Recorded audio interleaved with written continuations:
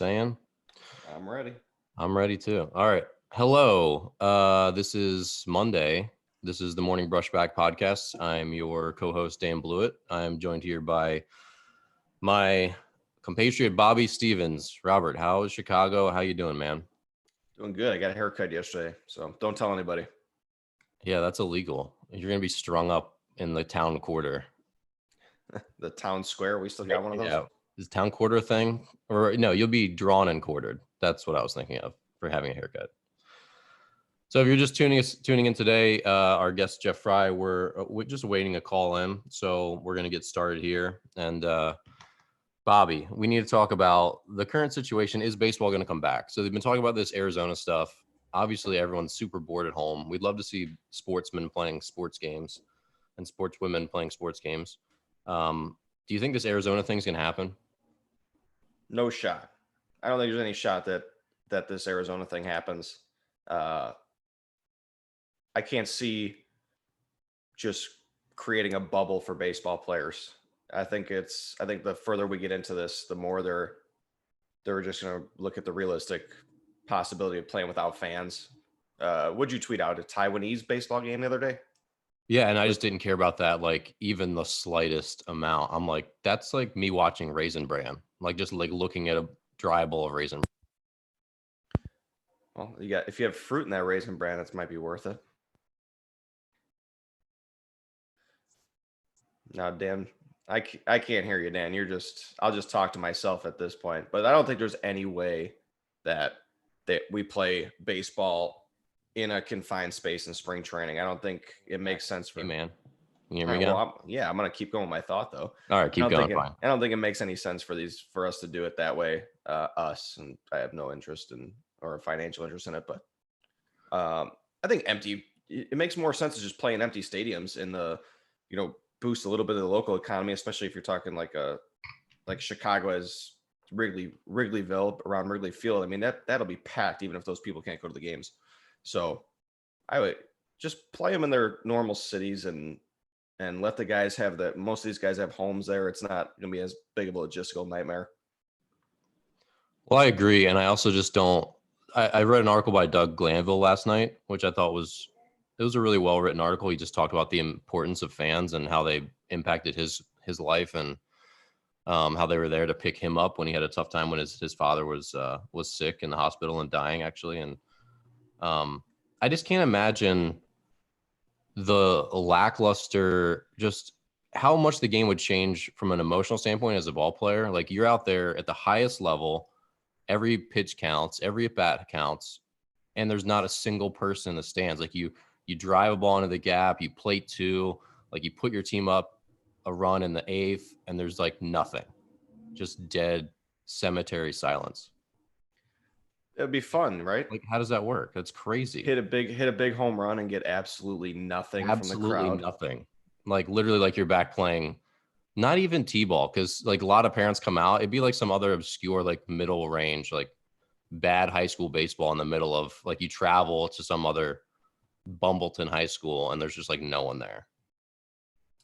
Yeah, we've all played in front of no crowds, so I don't think it's gonna be new for anybody in the big leagues to play in front of nobody. It might kill some of that adrenaline rush, but if the checks are still cashing, I don't think anybody's gonna care all that much. I don't know, man. I think it's gonna be tough. I think that would be hard, just mentally and physically on players. I feel like it'd be hard to get yourself going in the same way.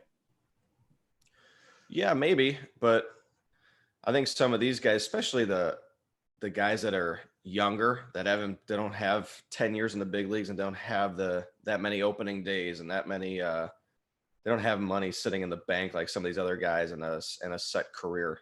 Those guys, I think, they'll be playing just as hard. I think it'll be just as exciting for most of the players.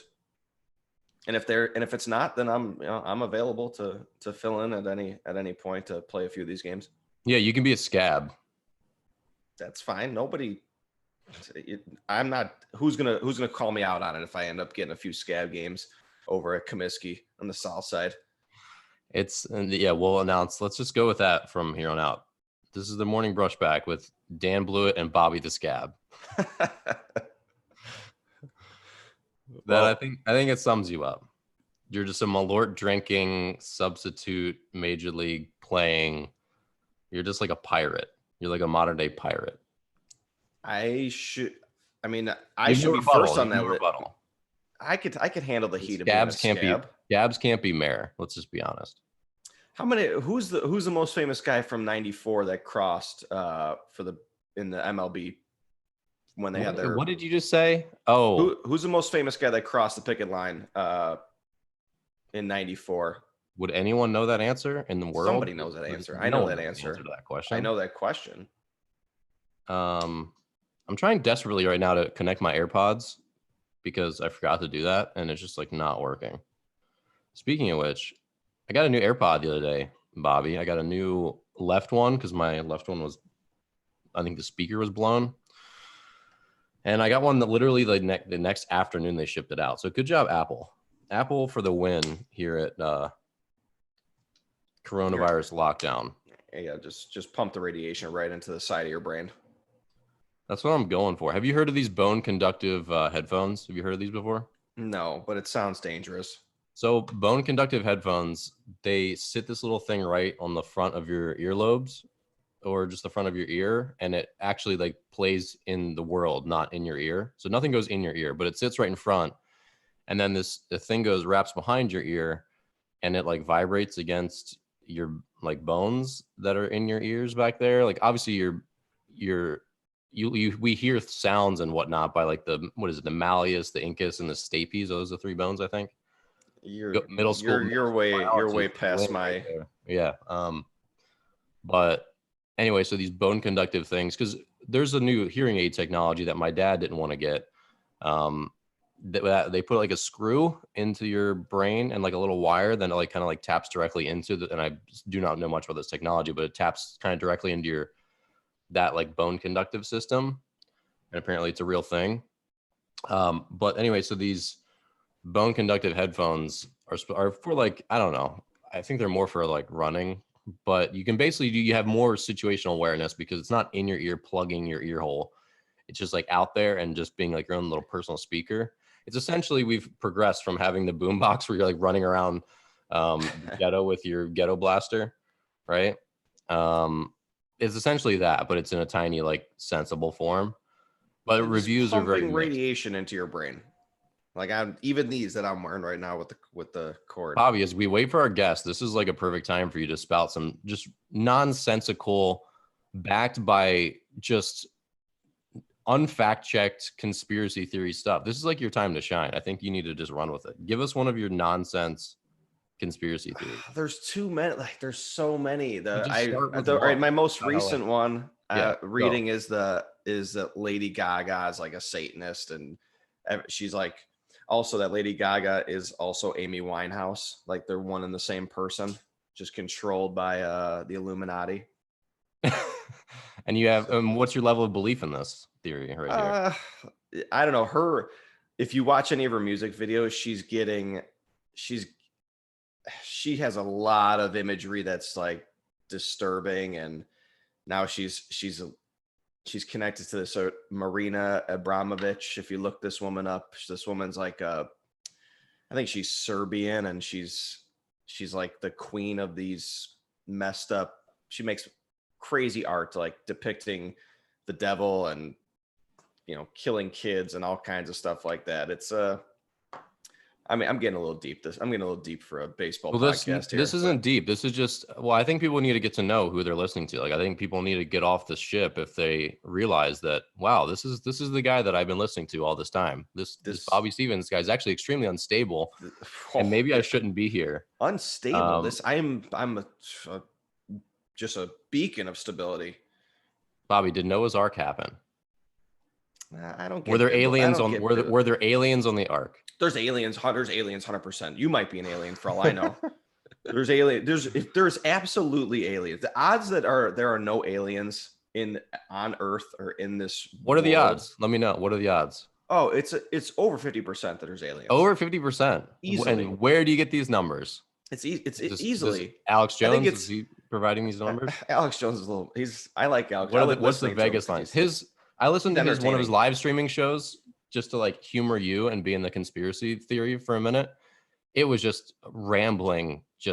It was psychotic. You can't jump into Alex Jones. It's like your first time skiing, jumping on on Everest, and it was like 12 a.m. and he down. was just like ranting, angry. I'm like, what is in this man's blood right now? Like, I'd love to know what cocktail of things are in his alien blood. He's an alien blood. It was like he speaks on bizarre. It because he is one. Just rambling. So like the Lady Gaga stuff is that, like, if you look up MK Ultra is like a mind control. You know, they brainwash these people that from a young age, and they kind of groom them to be whatever they need them to be. In her case, obviously a performer, and she gives out her songs mirror like some message, and her imagery and her music videos those images mirror a lot of I don't think I could care about this story any less than I do at this moment. I don't think it's possible. I'm asking myself, like, could I care about this story any less than I do at this time? Give me a topic. I got you. There's aliens. There's 100% aliens. In my mind, oh wait, it just jumped from 50% to 100% in the last 4 minutes. 50% for you normies, but 100% for us in the. I'm walking around. Look at some Dennis Rodman. Are you kidding me? This is not a real person. This is Dennis Rodman is. Are you? That is a great soundbite. That's not an alien. Thank you for that. That's not. I mean, if there was ever an alien person, it was for sure Dennis Rodman. Like, I'll give you that. Like, that's Ozzy Osbourne. 100%. Like, these are not people. The Queen Elizabeth. How does she get lumped in there? She's like the queen. She's the head of this whole thing. Reptilian thing. The queen. She's evil. Queen Elizabeth is evil. Well, welcome back, everyone. If you're just tuning in to the morning brushback, our guest Jeff Frye is hopefully going to call in soon. We aren't really sure the status, but we're rambling along, and literally we're rambling along. I mean, we are going into the depths of Bobby's mind, which is clouded by like tumbleweeds and cobwebs and like lemurs like leaping from branch to branch. I can't. This is why we can't talk on this. We can't have some of these conversations. I'm all over the place. Would you say it's an accurate representation of your mind? A tree, a scraggly, crooked branch tree with lemurs. Your ideas are lemurs leaping from one to the next. No, is that fair? More accurate is like a 1950s Western movie, and I'm the sheriff, and there's just a bunch of weird shit happening around me. That would be an accurate, description. But I spend most of the time in the saloon. So let's shift back to foreign baseball. So obviously, like, the level of play in like the Chinese professional baseball league is very high. There was a brushback, a guy got hit by a pitch the other day and bench is cleared. That was the clip that I put on my YouTube or my Twitter. But it's so weird that we're without sports in general. I mean, and I think the one thing that's really holding this thing up, and I was reading up a bunch about it recently, is will the players accept lower salaries if there's no fans in the stands? Because that seems to be part of the deal to make it financially viable. That, hey, 40% they said roughly 40% of a team's revenue comes from ticket sales. So without all that, how can you make $26 million a year, $100,000 a pitch if you're, one of these premier starting pitchers? And I guess the question is that it's untenable and that you probably can't. So I just don't know if they're going to, and they said, players are just like not going to want to accept less than this. And the other question is, say they do this thing in Arizona and they have this little biodome, and are they going to be able to play every day? Are there enough ballparks? Are they going to be able to televise every game every day? Or if not, is it going to be like 6 games a day? Are they going to be broadcasting at noon on a Wednesday? Is it going to be like, because no one's going to watch the Orioles play the Marlins if that's like the game of the day and is nationally televised. Like, no one's going to watch that. You say that, yet I'm over here throwing $20 on the Taiwanese third place baseball team to cover the 1.5 run line. People will watch at this juncture. People are going to watch. You put anything on, We get a bocce ball league I tried to going. watch Orioles baseball my whole childhood. My dad loved watching the Orioles. I mean, we're from Baltimore. The most boring, just like mind-numbingly boring broadcast of all time. I mean, watching Masson, I can't remember the broadcasters' names. I think one of them name was Gary something. Just And there's mind-numbing, like Jim Palmer, right? and Jim Palmer is great. Like I wanted to hear his insights, but it was just the most god awful, boring broadcast. Everyone else was broadcasting in 1080p, and they were still in 720. I'm like, this is literally the worst. The Orioles don't win You're a baseball. broadcast. They don't win baseball games. You're boring me to sleep, and I have to watch 720p instead of 1080p. What are we doing here? It's like webcam quality. You're a camera snob. Before I was ever a camera snob, I was having these snobbish feelings. I mean, it was just the reality. You could watch any other game except for Orioles broadcast. If the Orioles were playing the Nationals, for example, I would turn on the Nationals broadcast because it was like way higher def, and it wasn't like I was listening to a librarian announce the baseball game. It was just I'm spoiled. I'm spoiled in Chicago because you went through the era of Harry Carey, Steve Stone, and then on the other side of town you have Hawk Harrelson, who's a national treasure. I think the White Sox do a great job. I mean, the White Sox, now it's Jason Benetti, who's really good, and Steve Stone, both really good. Jason Benetti is also a national treasure. He was the MC. So I spoke at Sabre Seminar the last 3 years, and Jason, they always have like an MC that keeps the show going. And he was the MC, I think 2 years ago. And dude's he's a treasure. Like you said, he's a treasure. He's super funny, like just wit for days. I mean, he made that show awesome. Like, but nobody beats. You just Google Hawk Harrelson highlights, and it's entertainment for days. I feel like people hate on him though, don't they? And I don't really know. I never it's knew not why. hating on him. It's just that it's like you're watching the game with your dad, and your dad is like a diehard. He's just a diehard fan of he White roots Sox. for the White Sox more than and he's like not as impartial. And he wants to swear, but he's using like dad swear words like dag gummit and stuff like that. He's Sarnet, dag nabbit. He's a treasure. But back to your point, it doesn't matter who plays at this point. If baseball is the only game in town, like people are going to watch it, and people are going to gamble on it. And if the players, don't want to accept a lower salary, that's, everybody's making sacrifices here.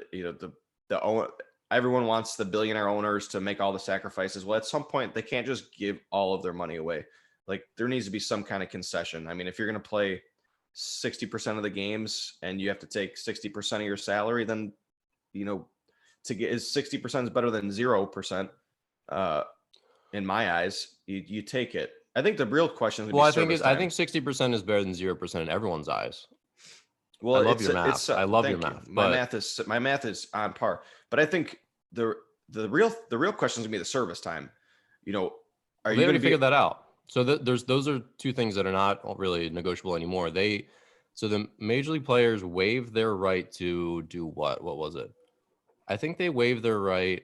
I gotta look this. I knew this answer earlier, but they, in exchange for getting a year of service time equivalent to last year, so everyone doesn't get, if the season isn't played, what happens is everyone will get the same amount of service time they got last year. So if you played exactly 50% of the season last year, you'll get 50% service time this year. That's awesome. So that's amazing. It's good for some players, but not others. So if you're a rookie and you were projected to like have a bigger role this year, like the Dodgers phenom Gavin Lux was one of these guys. Like he got like a month of big league time last year. He was projected to probably play a lot, if not the whole season this summer, right? He's a loser in this because he's just not going to get the service time that he would have for sure accrued, without injury. So they negotiated that, and with that, the players waived their right to, I think it was to sue about something with salaries, and I'm gonna look this up while you ramble off another conspiracy theory. Bobby, are there aliens in?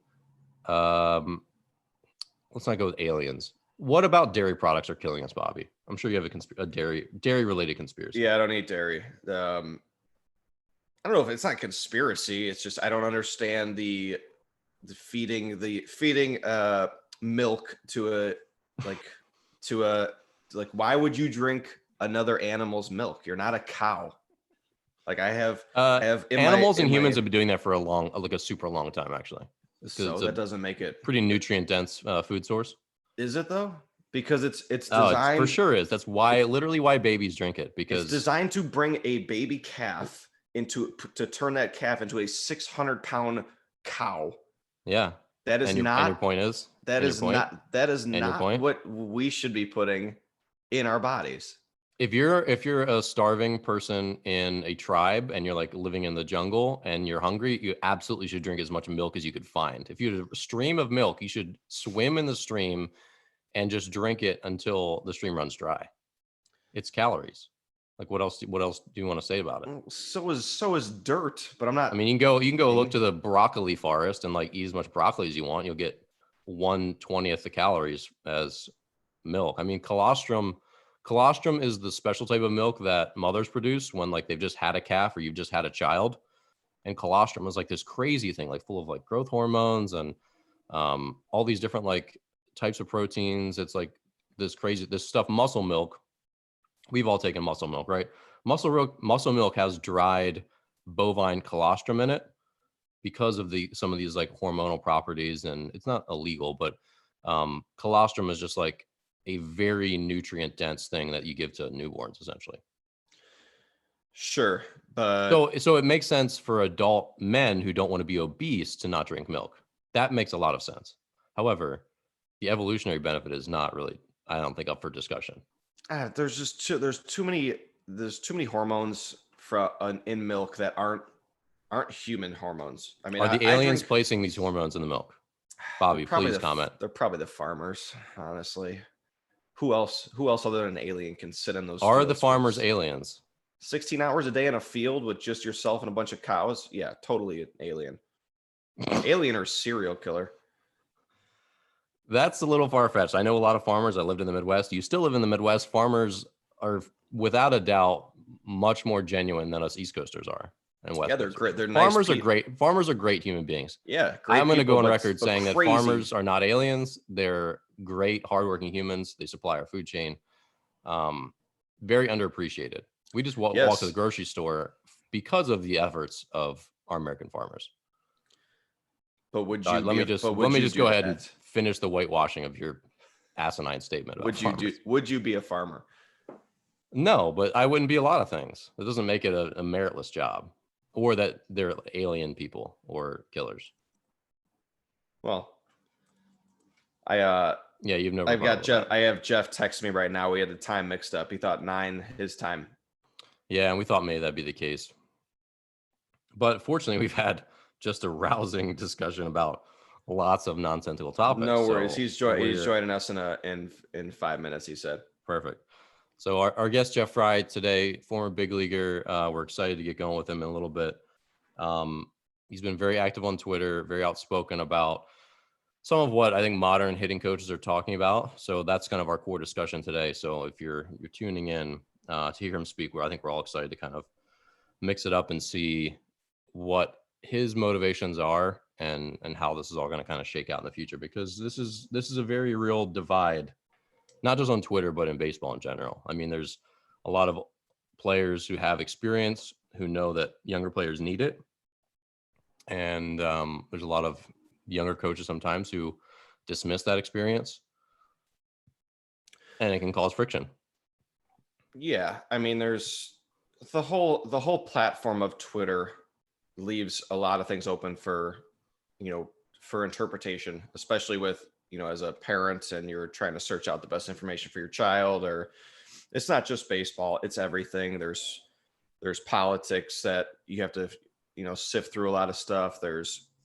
I'm sure there's other sports that have online coaches similar to baseball. Baseball just seems to be the loudest because we're both in it, but the social media aspect, it's everybody trying to sift through information to not only find what works for them, but find what's actually right, quote unquote, right.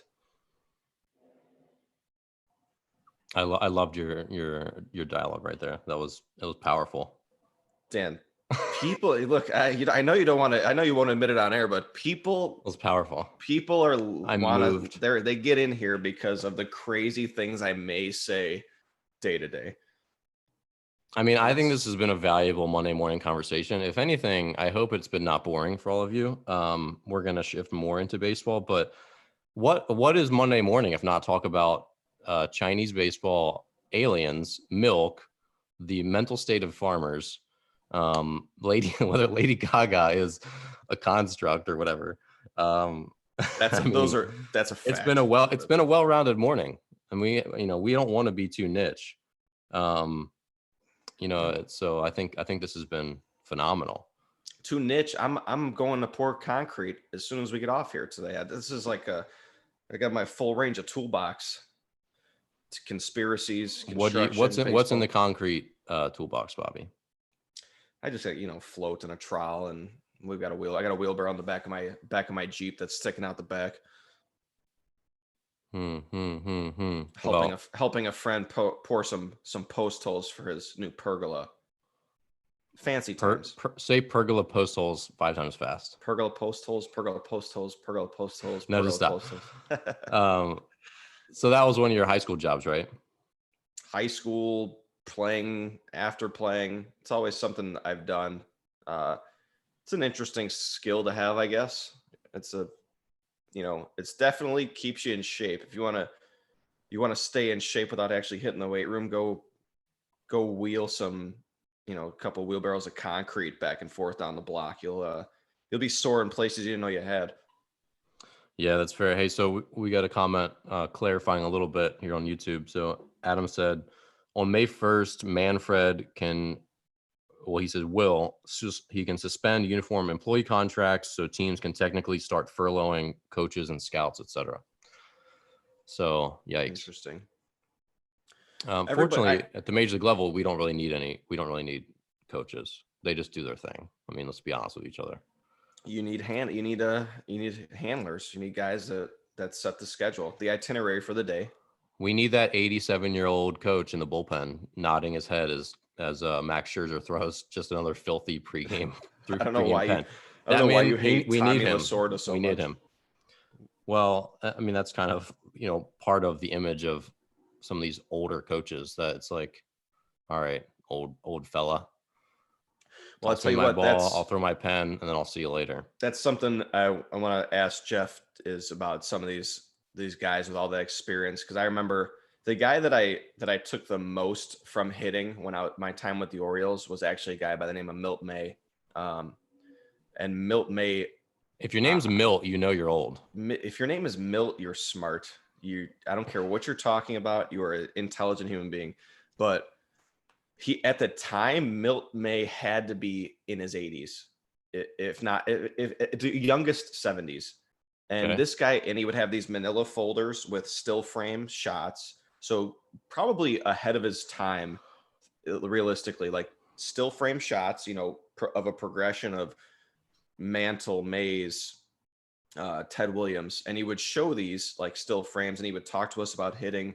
And he's just a guy you want to sit next to and just listen to him talk. Like I got what I consider my 2-strike approach. A lot of what he would talk about is control the fastball. He had his own bat, like his game bat. He would just walk around with, and this thing had to weigh. It was like a 35-inch, 37-ounce bat.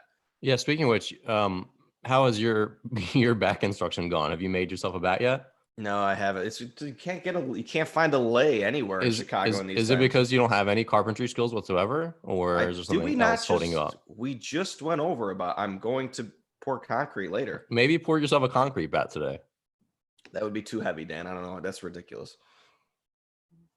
Well, it's probably the only. I mean, Jeff just texted me. He's calling it right now. So cool.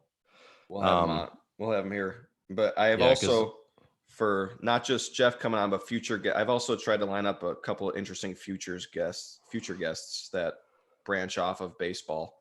So let me ramble off before you do that. Some of the guys we do have confirmed. So this week, Wednesday, it won't be live, but we'll post it at 9 a.m. We have Zach Clark, which is a mutual acquaintance of ours, former big leaguer, current Rays scout. So pretty good conversation we had there with Zach. I mean, he's got a really interesting story. Made to the big leagues, then converted into a knuckleballer. Really savvy baseball dude. And then Friday we have pro scout Chris Carminucci. He's a Diamondback scout. He was prominent independent league scout. I mean, still is, but he was floating around the Atlantic League scouting myself and other guys like that. So he's one of the guys who leaves no stone unturned, which is something that I found really impressive about him. And then next week, we've added one guest, which is Matt Swope, who is the associate head coach at the University of Maryland. Also a really savvy hitting guy. And he's one who's very much in both worlds of like, played professionally, knows hitting, but also uses a lot of the technology and some of these quirky drills that kind of get Jeff's scorn, but he seems to be pretty balanced and has a good idea of why he's doing a lot of the unique things he does. So that'll be a good conversation next Wednesday. Matt's we also have Bill Murphy, who played in the big leagues and in Japan. So we're gonna talk about a lot of that craziness because Japanese baseball is really far out there. And then who are you looking at, Robert? I've got a professional gamer named Nick Sketch, trying to get him on. He's like an online gamer, an e-gamer. We've got the first woman in coach. I won't say her name because she hasn't responded back to me yet. And I also reached out to Jose Canseco on a whim just to see if we can get Jose on, because I want to talk to Jose Canseco. Yeah, I hit him with a pitch, right? You hit Jose Canseco with a fastball? Yeah, and I batted against him. When he was a knuckleballer? Yeah. So why aren't you reaching out to Jose Canseco? Because I just didn't think of it. I mean, hey, Jose, don't know if you remember me. I'm a plebeian, and I think he would remember. At this one time, I grounded out twice against you, and you threw knuckleballs, and I hit you with a fastball. Jose Canseco would remember. You're saying he's like some sort of elephant creature with a unlimited memory for average sized white dudes that pitched in a uninspired league. I think that's zero chance he ever knew who I was or would remember who I was. It's actually his Twitter profile. He's been hit by a lot of pitches, I'm sure. But no, he played in the North American League my second season. He was this player coach of the Yuma Scorpions. I was on the Lake County Fielders. And that's our right, second to last game. Yeah, our second to last. Well, I pitched against him a bunch of times, and he was terrifying. I mean, he was like 45 years old and still just in great shape, ginormous, and looming over the plate. He would scratch out the inner line of the batter's box. He would do no shame at all. All right, Jeff's calling in. He would just scratch out the batter's box and then put his right foot on the point of the plate, and then just literally looming over the plate as much as possible. So I submitted Jeff. We'll see if he's played with Jose Canseco. So you knew he was going to hit by a pitch. Morning, Jeff. Let's see if he can get his audio going. But I mean, so Jose knew what he was doing. He just wanted to hook an outside corner fastball, which essentially was the middle of the plate to him, and just put it in the bleachers, which he easily had the power to do. Yeah, he had some decent power. Yeah, I mean, he whipped his bat through the zone like it was a wiffle ball bat. It was literally terrifying. So I'm like, well, if he hits one back at me, I'm just going to die. So let's just kind of make peace with my life before I pitch here. But, if you're smart, you end up just pitching exclusively inside to him, because if you threw it over the plate at all, he was going to get the barrel to it. I mean, that was his MO, because he knew no one wants to throw inside to me. I'm terrifying. So if I just take away the entire outside corner of the plate by looming over it. What's up, Jeff? Can you hear us? It's no response yet. So I think he's still working on his audio. But hey, Jeff. Hey, what's up, fellas? How you doing? Hey, sorry about the miscommunication. The Eastern time. You're on Central time, right? Out there in Texas? Yeah, man. I don't get up before 8 o'clock. Sorry. No, we got to make sacrifices to appease Dan. Jeff, we were just talking about Jose Canseco. Did you would have played with him a good amount, or against him, right? Yeah, no, I played against him and with him. I played with him with the Rangers and the Red Sox. how would you rank his bat speed in a video game? If you were to make his like levels, is he like a 99 bat speed guy? Oh, 100%. No doubt. I pitched against him an independent ball, and he was like 46 or 47 or something, and he's still just like, from the moment he decided to swing, like the bat was just gone through the zone before he could. It just like it was different than every other person I'd ever faced. It was like, Yeah. how did that bat get through that zone that fast? I don't know. He was a great dude, man. He was one of my favorite teammates I ever had. I can tell you that. Well, and my short story with him is that he my team financially collapsed in the middle of the season. I was on this independent team called the Lake County Fielders, and our manager was quit. Tim Johnson quit before the game. So we decided like we're not going to play. We're not getting paid. Like our paychecks were bouncing, and so we said, all right, pitchers are going to hit and play the field, and position players are going to pitch. And when Jose heard about that, he's like, all right, guys, I'm with you. We'll do it too. And so Jose was a starting pitcher. He threw knuckleballs. I got 3 at-bats against Jose, and he had a good knuckleball. It was terrifying. And I hit him with a pitch at a separate at-bat in a different game. But that's how he tore his UCL ligament in his arm pitching in a game in Texas. Really? What year was that? Any idea? It was like 95, I think, 95 or 96. And that was a big league game? Yes. Man. He always wanted to be like the extra pitcher, you know, or that's Bobby. The guy who came in when the game was out of hand, and they let him do it, and he tore his UCL on his elbow. Yikes. So we hit Jose Canseco and I have a lot more in common than I thought, because that was me. I would be warming up in the bullpen even if the coach didn't ask me to. So everyone who's listening, this is Jeff Frye, our guest for today. Jeff, thanks for being here. If you're not familiar with Jeff, longtime major leaguer, 9 years in the big leagues, career 290 hitter, really impressive MLB career. And we wanted to have him on today because there's a lot of stuff changing in baseball. And so we want to kind of hear from him, some of his hitting philosophies, and talk about a little bit of the Twitter stuff as well. So stick with us. We'll kind of get to that as we go. But I know me and Bobby personally, because we value a lot of the stuff, the same things, and we're on both sides of this whole new school versus old school kind of debate. But we want to hear a little bit about some of the stuff that you as a long-term big leaguer found helped you be successful. Because Jeff, would you agree that most minor leaguers have the physical tools to be successful big leaguers? Yes, I would. Yes, I and would. so what would you say separates those guys? Like, why do some of them who throw 99 in the minor leagues, or who have 75, 80 power in the minor leagues, why do some of those guys not pan out? It's all in the head, man. Mentally, some guys can't handle it. And that's, I don't know why. And that it's kind of hard to figure out why some guys can and some guys can't. But I played with a lot of guys in the minor leagues that were, coming up to, A-ball and AA that just looked like freaks. And you're going, oh, that dude's a big leaguer. That dude's a big leaguer. And then for whatever reason, man, when they get to the big leagues and they hit 50 for a month, you're like, what happened to that guy? It's kind of hard to figure out. And it's just, you have to be mentally tough.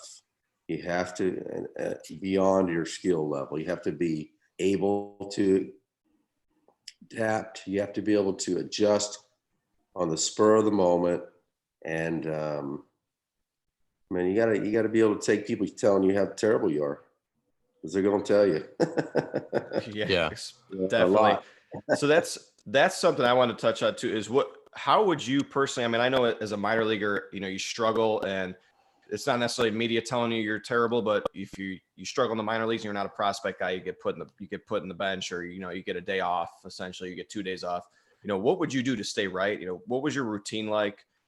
How did you personally separate yourself from a mental standpoint from a lot of these guys that you looked at that maybe had either more tools, or you looked at them and they were, surefire big leaguers? I was always pretty tough mentally.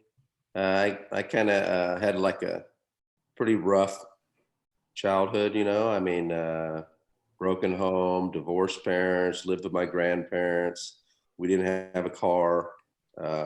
Basically had to walk everywhere we went. And,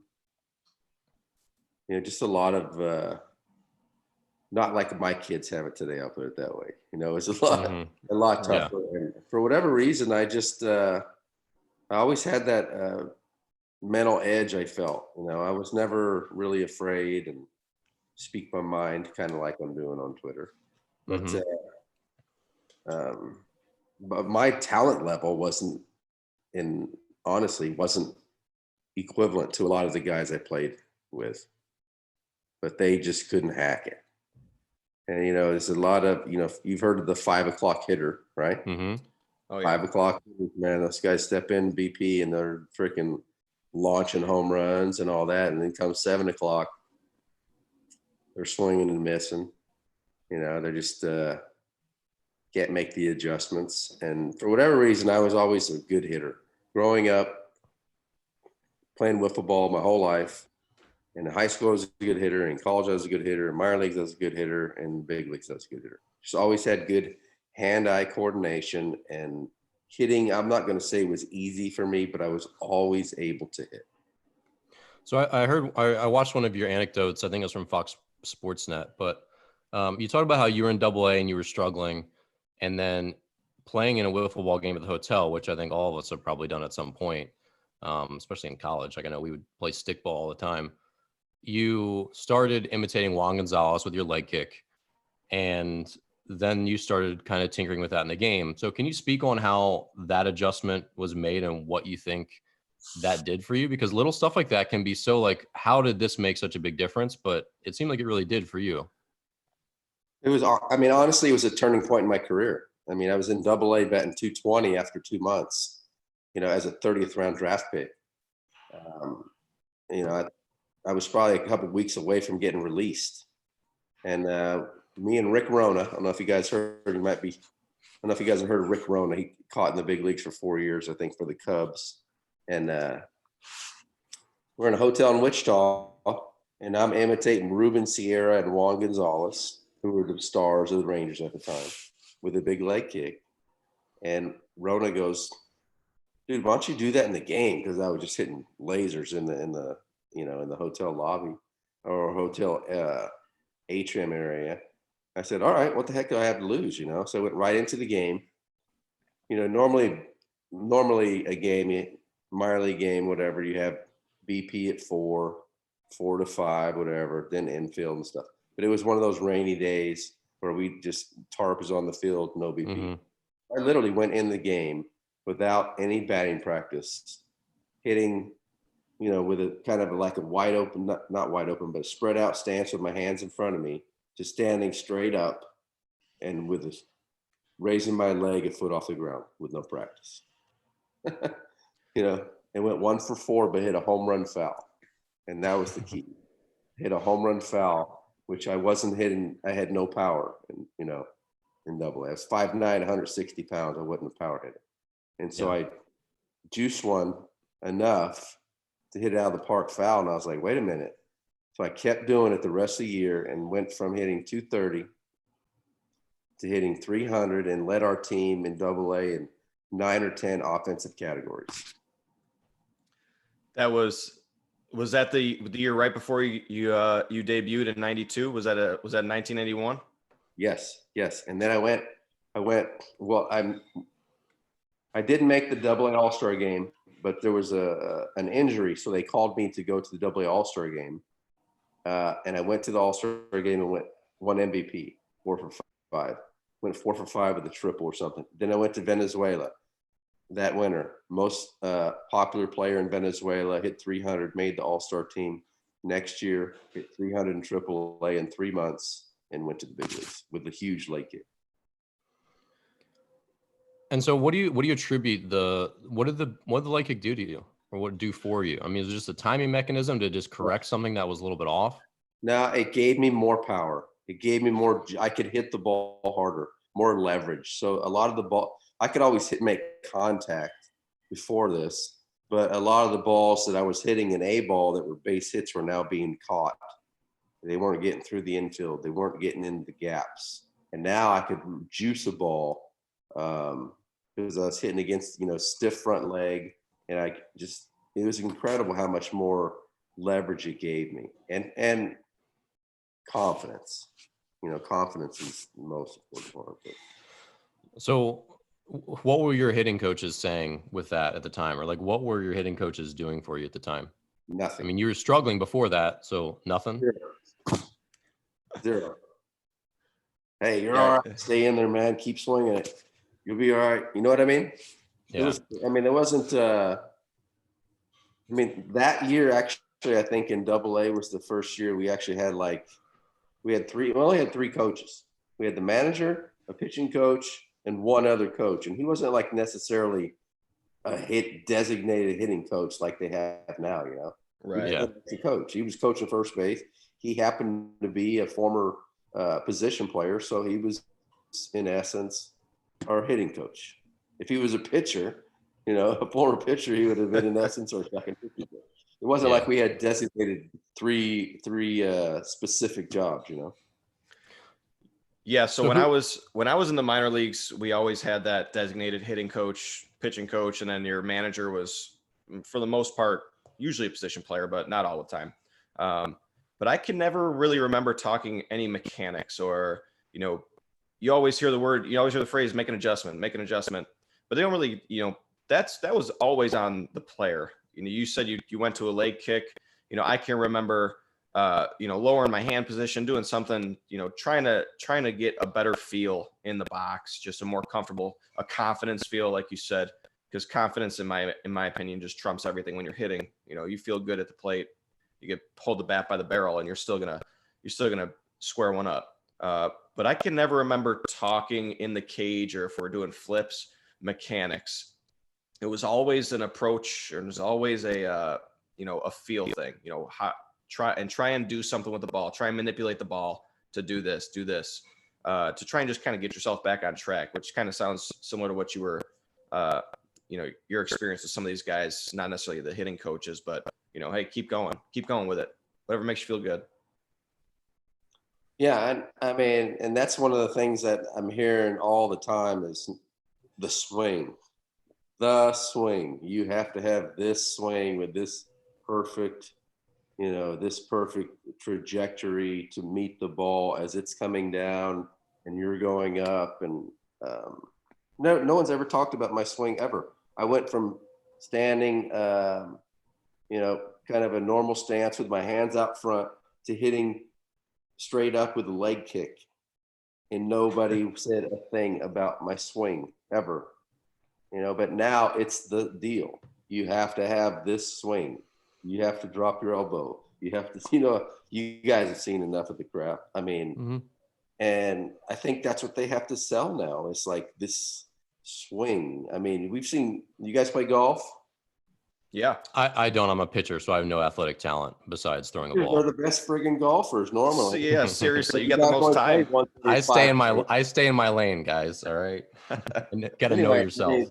You guys, I'm sure you guys are probably golf fans. You like Tiger and watch golf, I'm sure. Not every golfer has a beautiful swing. Look at Jim Furyk.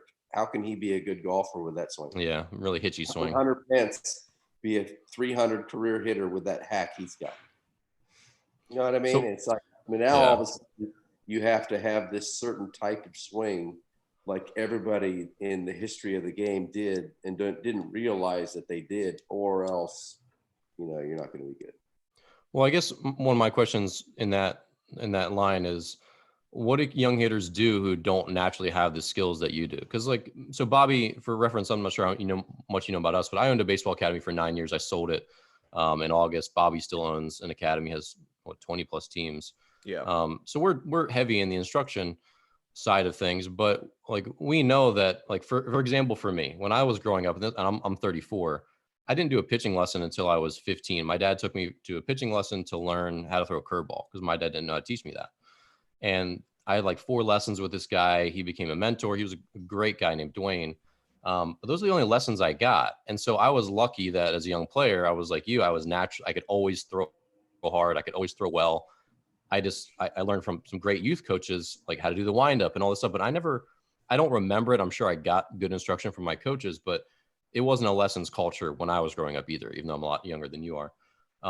And looking back on that, if I didn't have those skills, naturally, just good athleticism, good body control, I can throw, I don't know where I would have ended up. I probably would have just faded out. But now with a lot of us, like we know for me, like I've intervened with a lot of young pitchers' lives in like I gave them more than they would have had if they just tried to figure it out on their own. Like they weren't like you where they could just, no one tells me about my swing, but I can still hit. A lot of these kids like can't hit without help because they don't necessarily have a parent or someone or a good coach in their lives.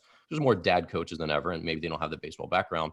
But a lot of young players want more than they have, and then their peers are also getting instruction from a younger age, and they seem to speed up a little faster.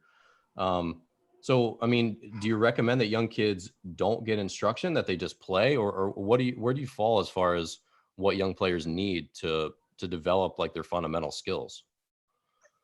No, I mean, I know guys are going to get instruction. I know parents are going to bring their kids to get instruction. And I think that's probably like the confusion in this whole deal is I'm not against that at all.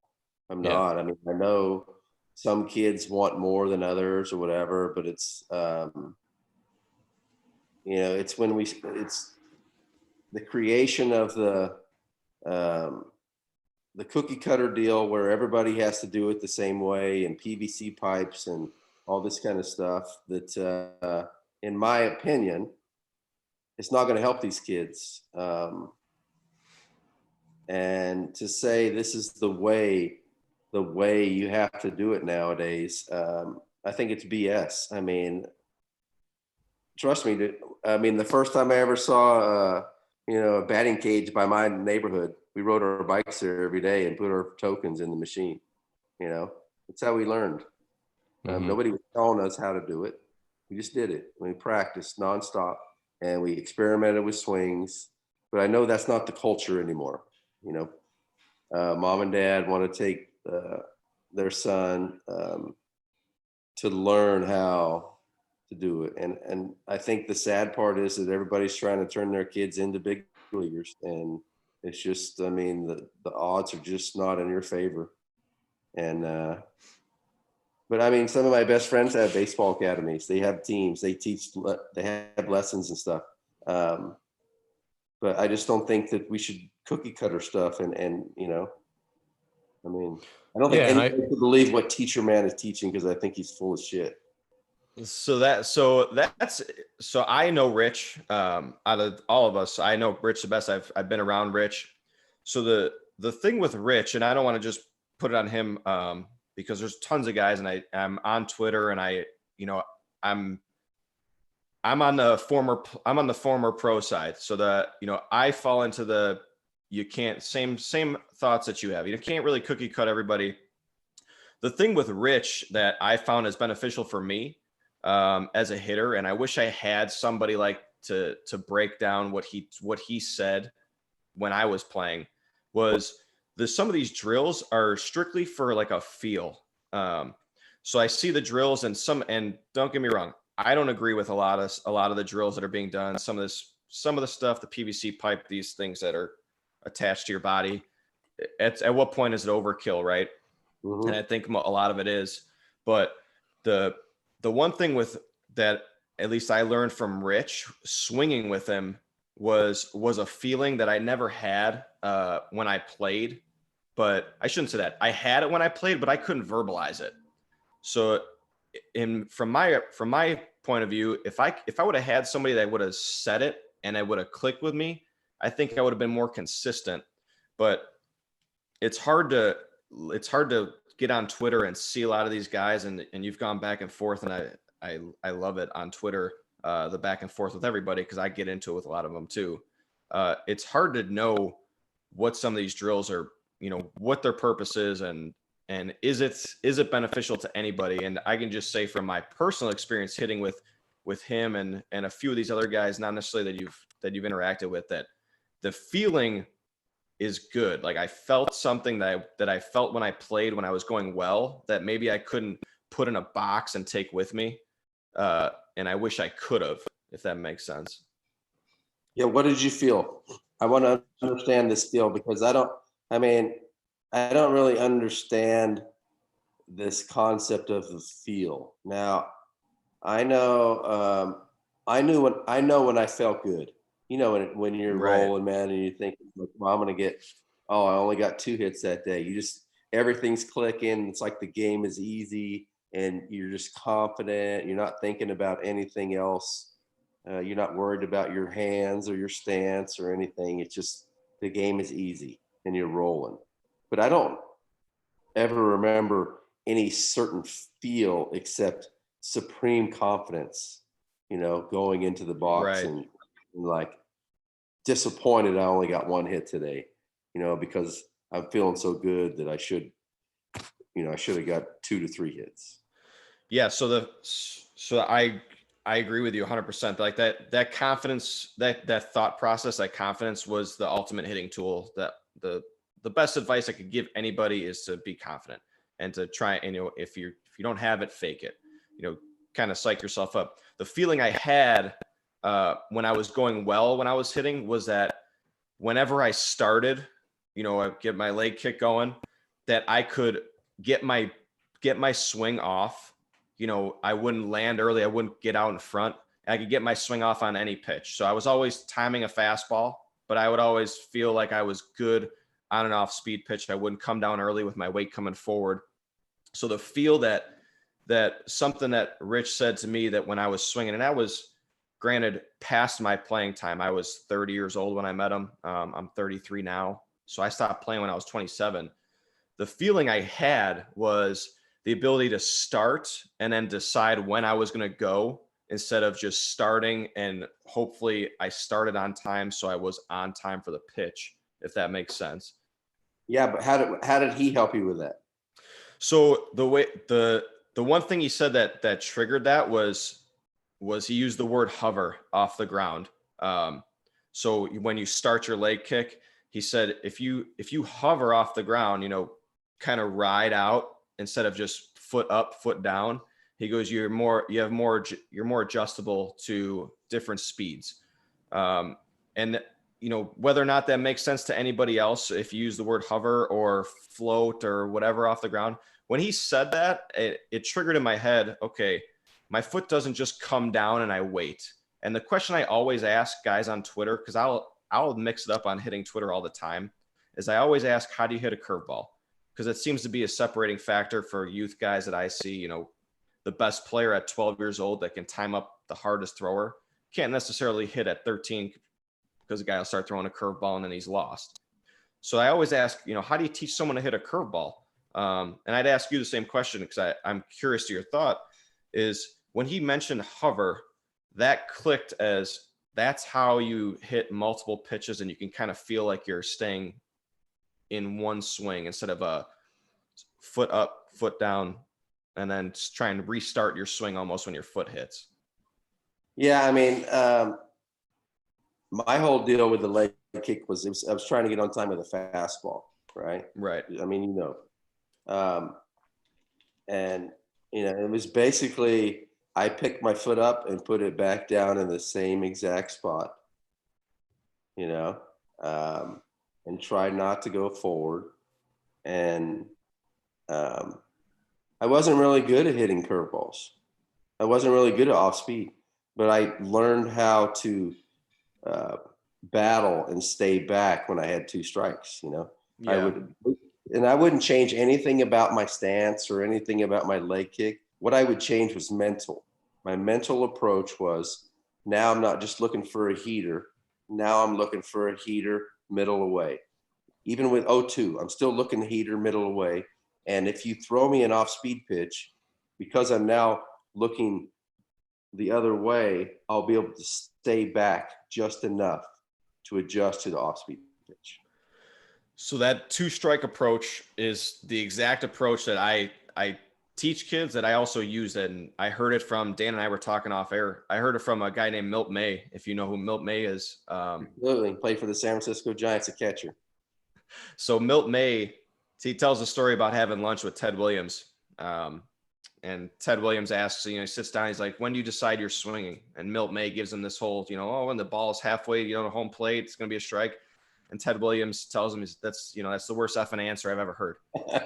and Milt May, he's like, what, when do you decide you're swinging? He goes, the minute that guy steps on the rubber, I'm swinging. So like kind of that whole mental, that confidence, I'm swinging. But back to your two strike approach. Yeah, it's a timing approach essentially, right? You're not trying to be early on a fastball. You're staying up the middle the other way. So you keep yourself on time for any off speed pitch. And that was the trouble I had. I had a little bit of that mindset in my head. I don't want to get beat by a fastball, or I don't want to miss my fastball, instead of having the confidence to, I can hit any pitch, let me get a good one. It was almost the opposite. I'm only going to get one good pitch. And if I miss it, it was like I fell off of my confidence. But that two strike approach makes a lot of sense to me, because that's what I used. Yeah. Right. And I mean, we all go through ups and downs, when you're feeling good and you're like, I'm facing Roger Clemens today, and I know I'm feeling good. My hands are quick. I can hit his fastball. And you also have those days where dude's throwing 88. You're like, man, this bat feels heavy. Hands feel slow. Yeah. I'm gonna have to cheat to catch up to this. So it's kind of like ebbs and flows during the season, But for me, I mean, I was just always a fastball hitter. Okay. I knew that at my size and my stature, dudes were going to challenge me. I'm not a power guy. They're not going to goof around with me until I turn on their fastball one time. And then they might start mixing in some other stuff. But for the most part, they're coming after me because they don't think I'm going to do damage. I'm not going to hit a home run. I might hit a double, whatever. But my job was to get on base. So I had to be a good fastball hitter to even stay in the league, So Jeff, one of the things I've seen, I have two questions kind of here. So number one, like with you and Kevin Youkilis, Glennon Rush, Matt Miller, some of these other big league guys have been more active on Twitter. And typically, like, it doesn't matter who you are, it's kind of like known that if you tweet a celebrity, whether an athlete or a movie star, whatever, you're not really going to get a response. But it seems like a lot of you guys are stirring more and like kind of want to offer your insights into the community, which is good, because I think there's a lot of young players who would love to tweet at someone like you or Kevin Youkilis or whoever, and like actually get some some feedback back on the stuff you have to share. So number one, is that actually a thing that's like happening? Like, are you available? Are some of these guys actually trying to interact with plebeians like myself or other instructors or players? But then also, you guys have been talking, I know Kevin Youkilis, that I've followed some of his Twitter conversations. A lot of what seems to be coming up is you guys are saying there's more to hitting than just a swing. Like, there's way more to hitting than just a swing. So how do you propose to teach a lot of that stuff on the web? Because there clearly is a ton more, like what we're talking about right now. There's a ton more to hitting than just a swing. Like, everyone knows that. People seem to forget it today, but most of the guys who have some savvy know that. How do you propose that we teach more of the stuff that's intangible that is important? I mean, that's a good question. I mean, this whole deal, the reason you guys are talking to me today, let's be honest, is because all this. Yeah, you got some firepower, Jeff. all the people I've offended on Twitter are pissed off. But I mean, it's tenfold my supporters. I can tell you that. The people that not necessarily played, and that's kind of like the misunderstanding. Is like, I never said you had to be a big leaguer to be a good coach. Two of the best coaches I ever had were Rudy Jaramillo as a hitting coach and Perry Hill as an infield coach. Neither one of them played. I think Rudy played a year or two of minor league ball, and Perry never did. He was a great college player. And they were great coaches. So I'd never said that you have to be this, former professional, former big leaguer to be a good coach. Just don't diminish what the guys did. And that's how we got in this situation to begin with. People don't want to listen to you, it sounds like. No, it's just, the guy who never played even a minute of professional baseball is telling the 10-year big leaguer that he sucked. Yeah. I mean, he wouldn't say that to my face or he'd get knocked out. You know what I mean? You guys know. Yeah. Right? You wouldn't, and when I came up, you respected those dudes. Like, I wouldn't talk to a guy who'd been in the big leagues for 10 years when I was a rookie. I wasn't allowed to. I just sat in my locker and kind of, respectfully listened and learned to what was going on. And, paid my dues to get there, and now I'm there, and now I keep my mouth shut. Otherwise, these guys are going to put me in my place. And that's kind of the, you know, the order of respect that I learned when I came up. I mean, I came up, and there's Nolan Ryan with 25 years in the big leagues in my first game. I mean, you know, I just kind of like walked around him and looked at him out of the corner of my eye. I was like so in awe of this man, you know, that, I mean, I've been imitating him since I was 12. And that He was my probably an alien. We were talking about conspiracy theories. Yeah. I mean, but when I came up, it was like Nolan Ryan, Brian Downing, Tom Henke was on our team, Ruben Sierra, Juan Gonzalez, Julio Franco, Palmero, Pudge, Dean Palmer. I mean, these are the dudes that I came up, you know. So a lot of these guys were kind of like heroes to me before I even got there, and now I'm playing with them, you know. So I didn't say anything to those guys. But as far as the hitting, I mean, I know there's not one way to hit. I just don't think the whole swing thing boggles to my mind. Yeah, and I see that too. I mean, we both do. I'm like I was a pitcher. I played 6 years of indie ball. I had 2 elbow surgeries. Like I struggled to, you know, similar to either you guys' story. Like I struggled to be as good as I could be in different ways. For me, it was a lot of injuries and just being a late bloomer. But looking at some of the swings I see on the internet, I'm like, I've never seen a pro hitter swing that way. Like that swing, like I don't see that exist. And Alex Bregman, who I'm not a fan of, especially in light of all the cheating scandals, but he commented on a hitting guy's post the same way like a year ago. He was like, that swing doesn't play. He's like, that swing doesn't exist. And so there's definitely that. I mean, like to your point, there's definitely a lot out there. And then it does frustrate me. I know it frustrates Bobby.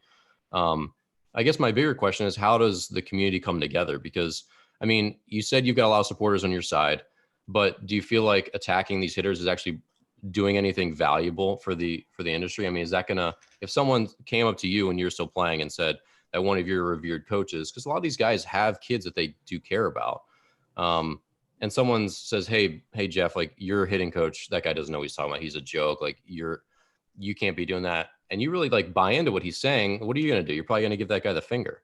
Like, do you think like your tactics right now are gonna improve the community in the long run? I do in the long run, because I think this swing that we're teaching is not going to play.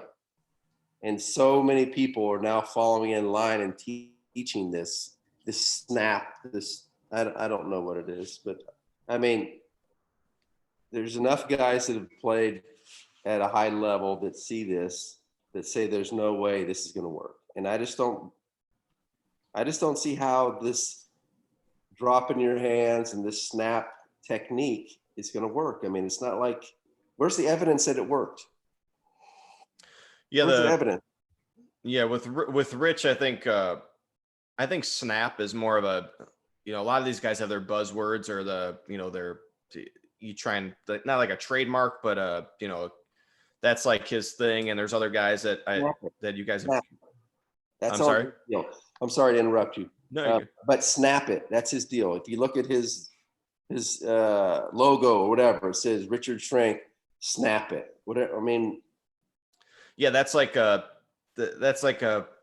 cue, I guess you would say. You know, right? Like whip the bat, snap the bat around your forearm. I don't know if it's necessarily, you know, his like overall teaching philosophy. I think it's more of like you know, you're quick into the zone and you can wait a little bit longer to swing. His big guy is Aaron Judge. Like he's worked with Aaron Judge.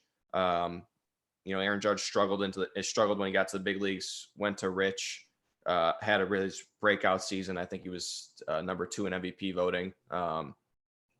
So I think the overall with a lot of these, you know, and before you got onto the Twitter scene, essentially, you know, where you're at now is I wasn't on the level that you were at, but I was going after a lot of these guys and saying like, look, you can't speak in absolutes. Like you said, there's no one way to hit.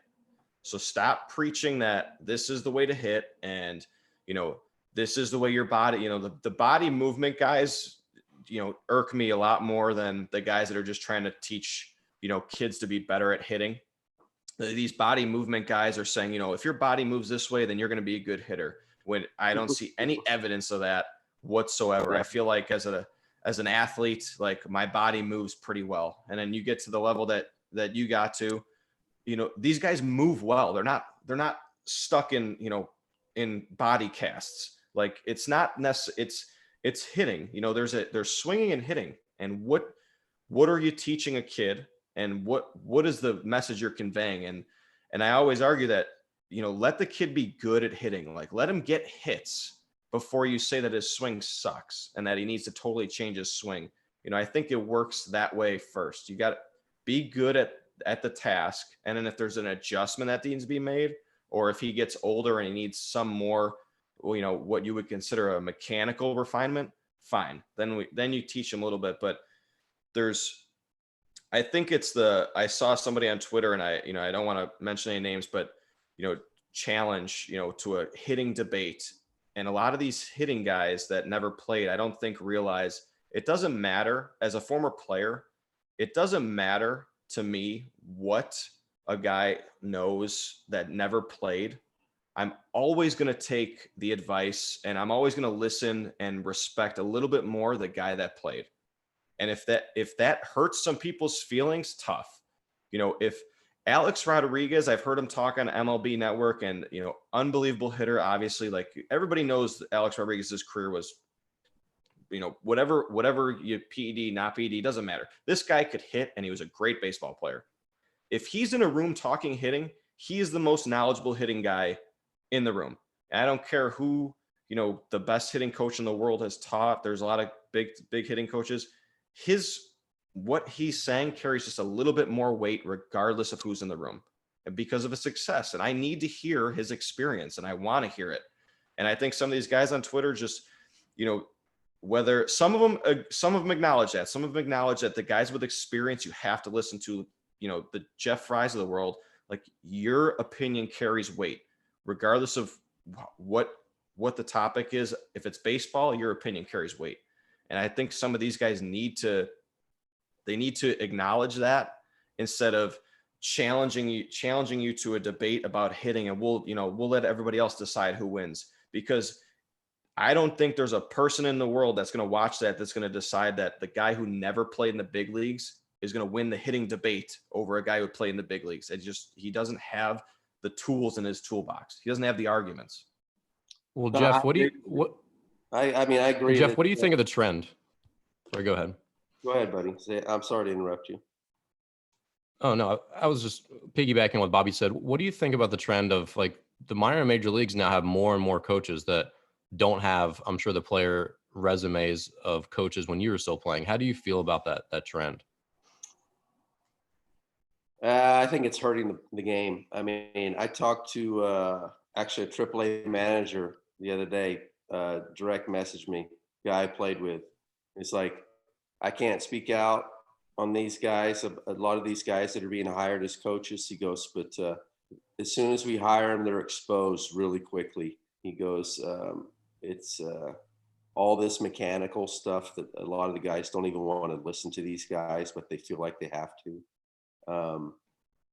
And I think that's another one of the big reasons I'm even speaking out about this stuff, is because there's so many guys that have spent their entire lifetimes in the game that now don't have jobs because guys who never played have perfected this certain swing or this PVC pipe drills to make your body in the right position. And now this guy has a job, and Joe Blow with 40 years in professional baseball now is out on the streets because this guy has figured out the secret. And I think that's BS. I mean, it's these guys, a lot of these guys that are older guys that have been in the game their whole life, there's not a whole lot of other options for them in the world. You know what I mean?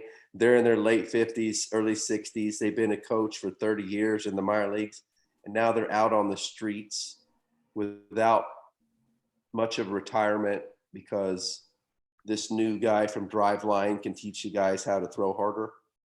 You know what I mean? I think that's crap. I think that's what's messed up in the game right now, is that so many people without practical knowledge of what it takes between the lines, and having been there, are coaching and teaching young kids when guys who have experience and years and years and years on the baseball field are out on the street. And that's part of the problem, I believe. Sorry, I'm Yeah. rambling. And that's, there is a world where these guys that have the knowledge of the body can be in the game and can help. And I'm not going to sit here and say some of these guys don't help. Some of these guys do help. Some of these guys have good stuff that's going to help a player, along their path. And there's going to be guys that work with some of these guys who never played that are going to credit their, some of their success to them. But to the disregard for experience and that we always say hitting is the toughest thing to do in all of sports. So to have a guy, if I were, as a minor leaguer playing, I always had former players as coaches, in some aspect, always. And when you're facing the guy in the minor, Craig Kimbrell is coming into the ninth, and I'm sitting there in the hole, and I know I'm going to get an at bat, and I'm sitting next to the hitting coach or the assistant, and I'm talking to him like, what do you think? If he's never seen 98, I don't know what to, like, what am I going to do? What can I listen to it? I don't want to hear the mechanics at that point. And, I think, and the issue with some of these guys, and sorry if I'm raising my voice, because it's frustrating. Bobby, settle down, man. They don't acknowledge that, though. It's like, it's okay that you don't have the experience. The only reason you're getting attacked for not having the experience is because you're attacking the guys who are using their experience as more of a teaching tool. And it's okay to not have experience. It's okay to not have played professional baseball or even college baseball. Like, it's okay. It's okay. It doesn't mean you don't know anything about baseball, but that doesn't give you, you took a certification or you train kids in some whatever, what PVC or weighted balls or whatever. That doesn't make you an authority on whatever discipline you're teaching. Like, at some point you need to blend what you can know everything about the body with some experience, because that experience matters. And 98 in the box and how your body reacts to that cannot be explained by, in my opinion, someone who's never seen it. You don't know how your body's going to react. You don't know how you're going to tense up just a little bit more. You don't know when you need to, precisely start, because the ball's got extra life on it at the end. And this guy's, this is a second and third, we're down one out. Like, you got to get that guy in from third, and give me some advice. I need it. Like, I need something. And you don't know unless you've been there. And it's okay.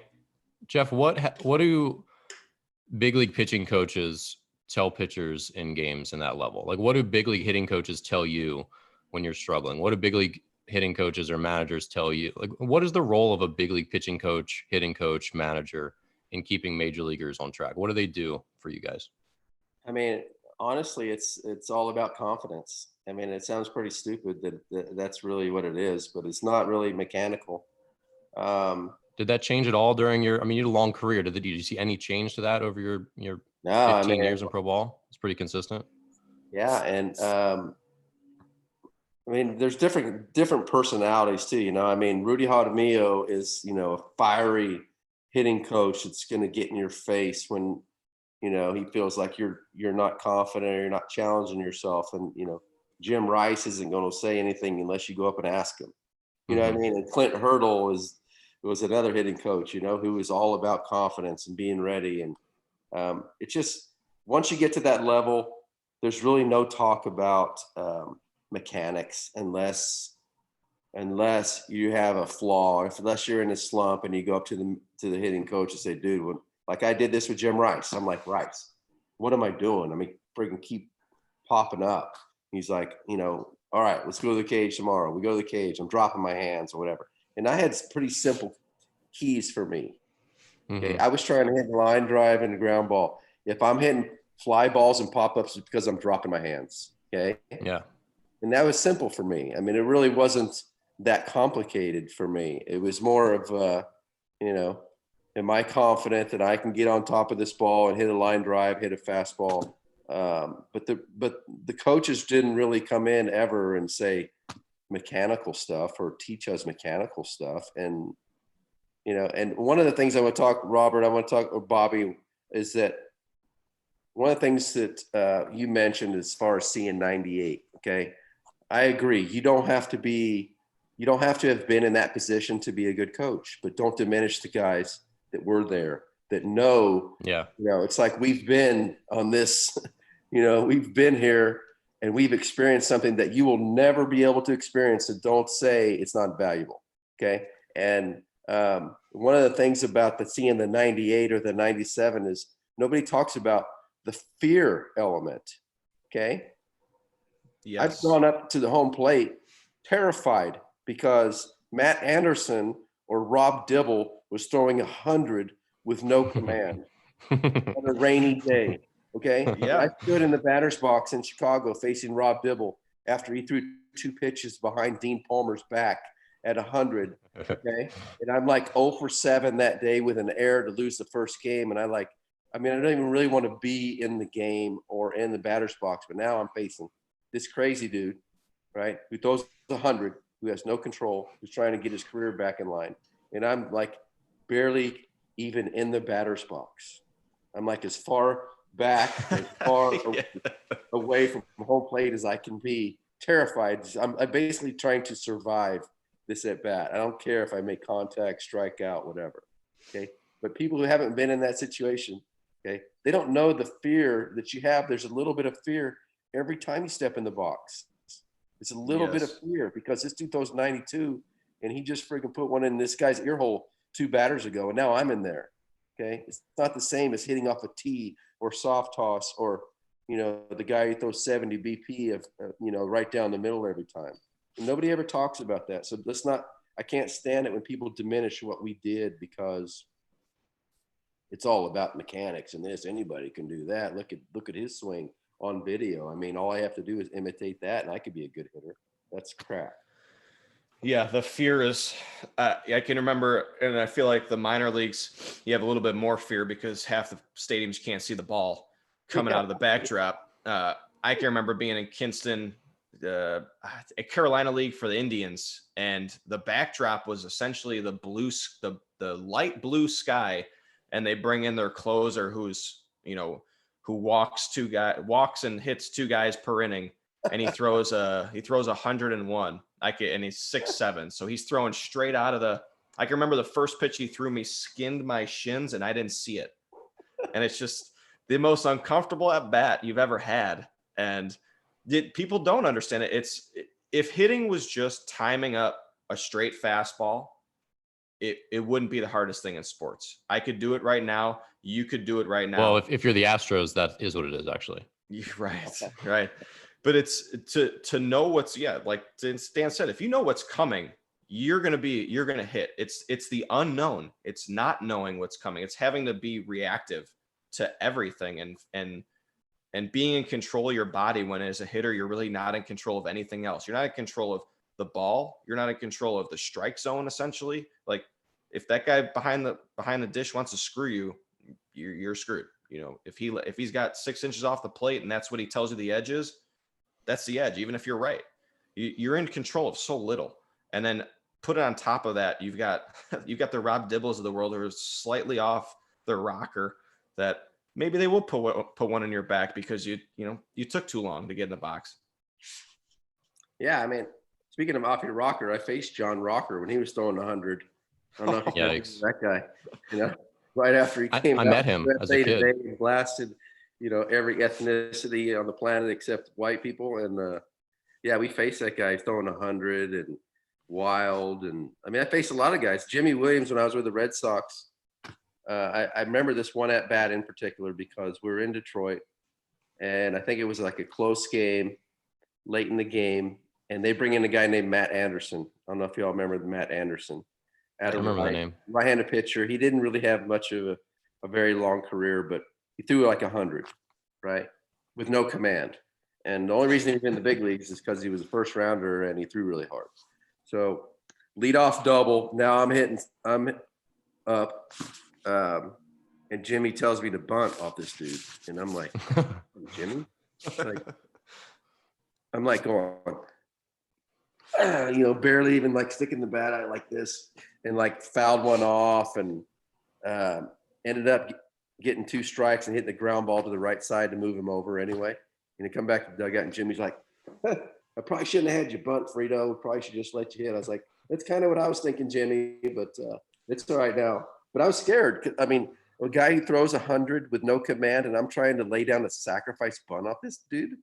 Yeah, it's not comfortable, and he doesn't know where it's going. And you're all of a sudden you're showing him your full chest and your face, instead of just kind of being turned and he can see the side of your body. You're giving him like a full on target to really light you up. Yeah, I mean, I'd much rather bunt. I was always better bunting for a hit anyway. I would get more. I always felt like I could. It was like an added incentive to get it down, because if I get if I do a drag bunt with a runner on second, no outs. First off, I'm getting the guy over to third. Okay. The worst case scenario is I get out and I have a sacrifice. But the best case scenario is now we got a runner at first and third, and I got a single on a bunt. Yeah, it's a now great we got a huge rally win. Right? I mean, so I practiced that a lot. So I was probably better at that type of bunting than just out in front, sacrificial lamb. There I am, without any defense. If this dude throws one right at my chest, there's no way I can get out of the way. I didn't like bunting that way. Yeah, bunting is interesting because it's back to the Twitter hitting crowd. It's no bunting. Bunting doesn't statistically. Bunting's a bad play, and bunting's it's not advantageous to just give up outs. And I take the opposite approach. I mean, I teach I work with a lot of kids, college and under, and I always make them bunt. And it's not because I want these kids giving up outs or bunting. It's a confidence and it's a mentality to step in there and bunt, like to get your nose over the plate and really lay one down, just to like you said, confidence. We always talk confidence. Well, if I'm talking to a 10-year-old kid who's scared to death to bunt off of me throwing BP, that kid's he's not going far if he's too scared to just lay down a bunt. I mean, you really have to it's almost like you got to scare the fear out of them. Force them to have confidence when they're younger. I'm talking about younger guys. I mean, pro guys, they might be shitty at bunting, but I don't know if they're necessarily scared to put their face in there. Now, if it's 100, I'm shaking a little bit, but off the batting practice and stuff, guys would lay down their 2 bunts at the beginning of their round and go through their progression. But I think it's like you said, bunting is it takes confidence to square up and bunt, whether a guy's throwing 70 or, 97. Yeah. And I think that's one of the things about the game too, that, that's like not important anymore, apparently. I saw Ron Renicky with the Red Sox said that they weren't even going to practice bunting in spring training. And I almost fell out of my chair. I was like, I mean, that's like one of the basic fundamentals of baseball that has been there for 150 years. And now it's not important anymore. It's not important enough to practice that, okay. If you're in game 7 of the World Series with a runner on second, no outs, and you got a weak hitter up, that dude needs to practice bunting in spring training, because now you're going to expect him to execute this play, but you never practiced it before, and it doesn't take much time. It takes 2 extra pitches every round of BP. The first 2, bunt to first, bunt to second. I mean, bunt to the first base side, bunt to third base side. I mean, you guys did it. I'm sure, growing up, everybody, before you can swing, you have to get 2 bunts down, right? Always. And now, why is it not important anymore? Can you guys explain that to me? Well, I mean, I can. So, I mean, the big thing is in run expectancy versus win expectancy. So with win expectancy, like that's just, the probability that you win the game as the game wears on. Bunting a guy to third, like say it's a tie game in the 9th and you've run on second and no one out. Bunting him to third does increase your win expectancy. So bunting, like in that situation, like you just explained, that makes sense. Bunting earlier in the game, basically the run expectancy tables just say like how many runs on average are scored in a given out and base state. So, and basically they said a runner on first with 1 out you score more runs on average in that situation than a runner on second with 2 outs. So they said the data is pretty clear. If we're bunting this guy to second with 1 out, or bunting him to second with no one out, and he now has 1 out, it basically decreases. And this is on a huge pile of major league data. So typically, whether it's first and second, you bunt him to second and third, you actually score fewer runs with second and third and 1 out than you do with first and second and no one out. So they say basically swinging away makes more sense. Now, obviously, the lower levels like college, high school, youth, the outcomes of a bunt are less certain, right? Like in the big leagues, someone puts down a sac bunt, the outcome is pretty certain, right? Like they're out. So, I mean, in that light, that's essentially how everyone's viewing it. Like we know if we have first and second, no one out, we're playing for an inning that's going to be 2+ runs on average if we swing away. If we bunt them to second and third, we're now playing for an inning that's going to give us 1.6 runs on average. So that's typically why that's changed. So, okay. And that's where it's hard because I mean, how do you feel about that, Jeff? Well, I mean, I think it all matters on where you are in the lineup. I mean, that's true. That's true for sure. You guys get on and the 7-8 hole hitters get on, and you're not going to bunt with your 9-hole hitter. There's a reason he's a 9-hole hitter. Okay. You're not going to bunt second to third with the top of the lineup. That's asinine, if you ask me. Now, if it's the first 2 guys that the leadoff hitter and the 2-hole hitter get on, of course you're not going to bunt with your 3-hole guy, right? There's a reason he's a 3-hole guy. So I think I think a lot of these stats are over a broad spectrum. This is overall how it works, but every situation is different in the game. Yeah, so 100%. Let's not say because it's almost like the football deal, when do you go for 2, right? I think they have like some kind of little card or whatever they came up with that, that this scenario, if you're down by 7 in the third quarter, or if you're down by this, you know what I mean? So it's like, we're going to stick to this scorecard or this formula, no matter what the situation of the game is. Every single time, if we're down by this in this scenario, we're going to go for 2. And I think that's stupid. Every situation is different. You should have some common sense, and that's why you have respected and knowledgeable baseball people to guide you when this situation is in this situation of the game. This man has been here for 30 years doing this. He knows what to do, not some intern behind the dugout on his computer going, okay, right now we're supposed to bunt. Doesn't matter who's up, Altuve or Correa, we have to bunt. You know what I mean? Yeah. Well, the thing too that nobody talks about with that is the feel for the player. If this guy is I'm for 20, terrified of 98. Yeah. If this guy's 1 for his last 20, let him do something positive. Like that's a confidence booster to help the team. For sure. That's a it's the same thing. If the things that we don't know as spectators in baseball is, why didn't we put this guy in the game, or why don't we bring in this bullpen guy? Well, how do you know that guy doesn't have shit going on at his house, and he's he had to show up late, and he had he's got he's stressed out. What's that? His wife just saw him texting some other chick, and he brought that to the field today, and now that's why he's not pitching in his normal role. But they don't know that because all they know is that he normally pitches in the 8th inning. Well, they're not robots. Like Dan talks about all the time. Like big leaguers aren't robots. Like these guys go through the ebbs and flows of the season. The guys have lives. It's a long season, and I only speak from minor league experience, and I've never played in the big leagues, but I played with guys that played in the big leagues, and I know it's not easy. I know these guys go through ruts, and you lose your confidence, at certain points of the season. And you can't measure that with a stat sheet or with from behind a computer. You really need to be in the locker room. You need to know what's, you need to be around the guys. There's a reason that baseball is such a routine game. And there's a reason that it's a very difficult game to be successful at long-term. And it's, the best managers, I'm sure you played for some unbelievable managers. These guys can navigate some of that stuff that you can't quantify on a stat sheet. Mm-hmm.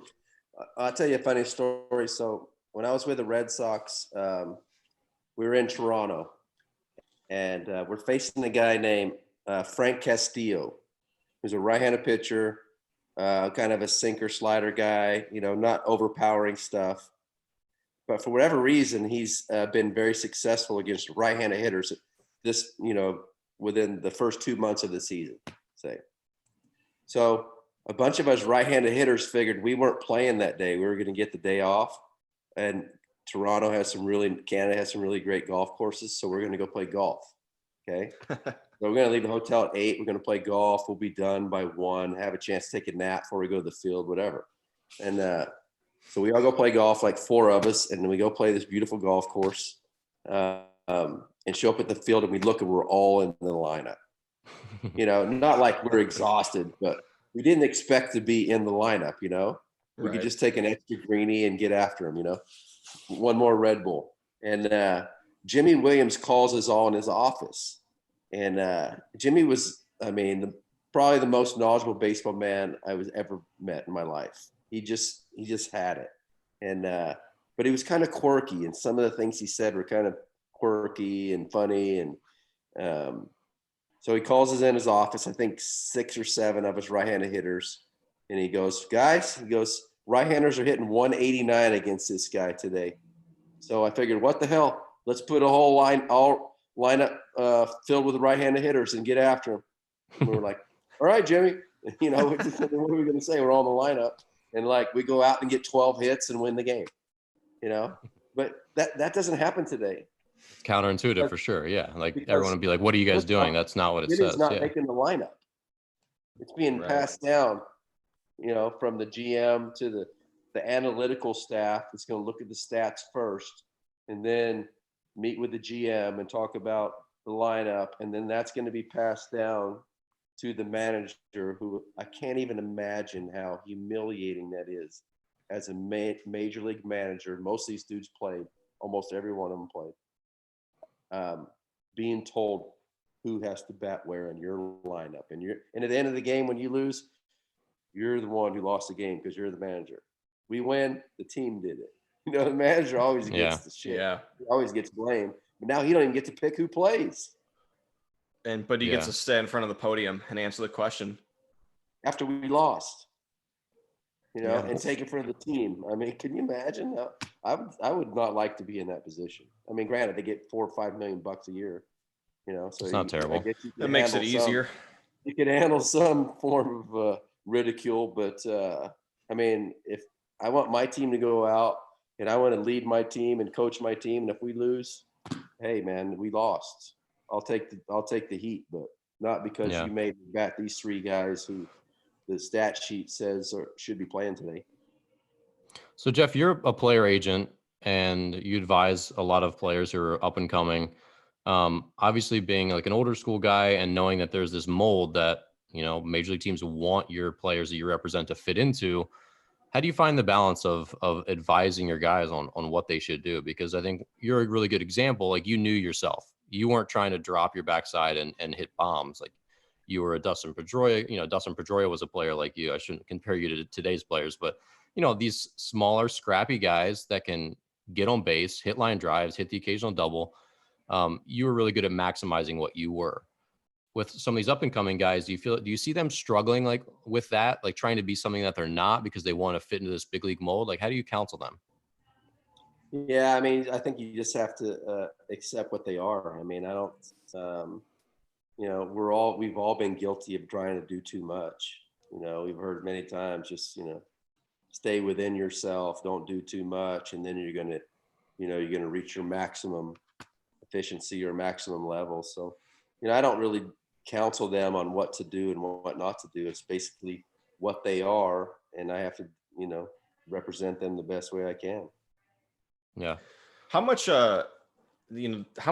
conversation do you have with the team? If you got a guy with the Rangers or with any team, how much conversation do you have with the front office or development guys on what they want out of your guys, and and what you can relay to those players? I know when I was playing, the best thing about having an agent and having that guy that you could call was he could make phone calls on your behalf and kind of stump for you when you couldn't stump for yourself, essentially. So how much conversation do you have with some of those some of those development guys and what they want, out of your player that you're representing? Well, it's different with every player. I mean, and I would rather not talk to anybody in player development, honestly, because I know when those guys get phone calls from agents about their guy, they're not happy to take those phone calls. They don't want to talk to you. You don't work for this team. Okay. This is our employee. We're going to, basically instruct him and coach him and mold him into what we want him to be.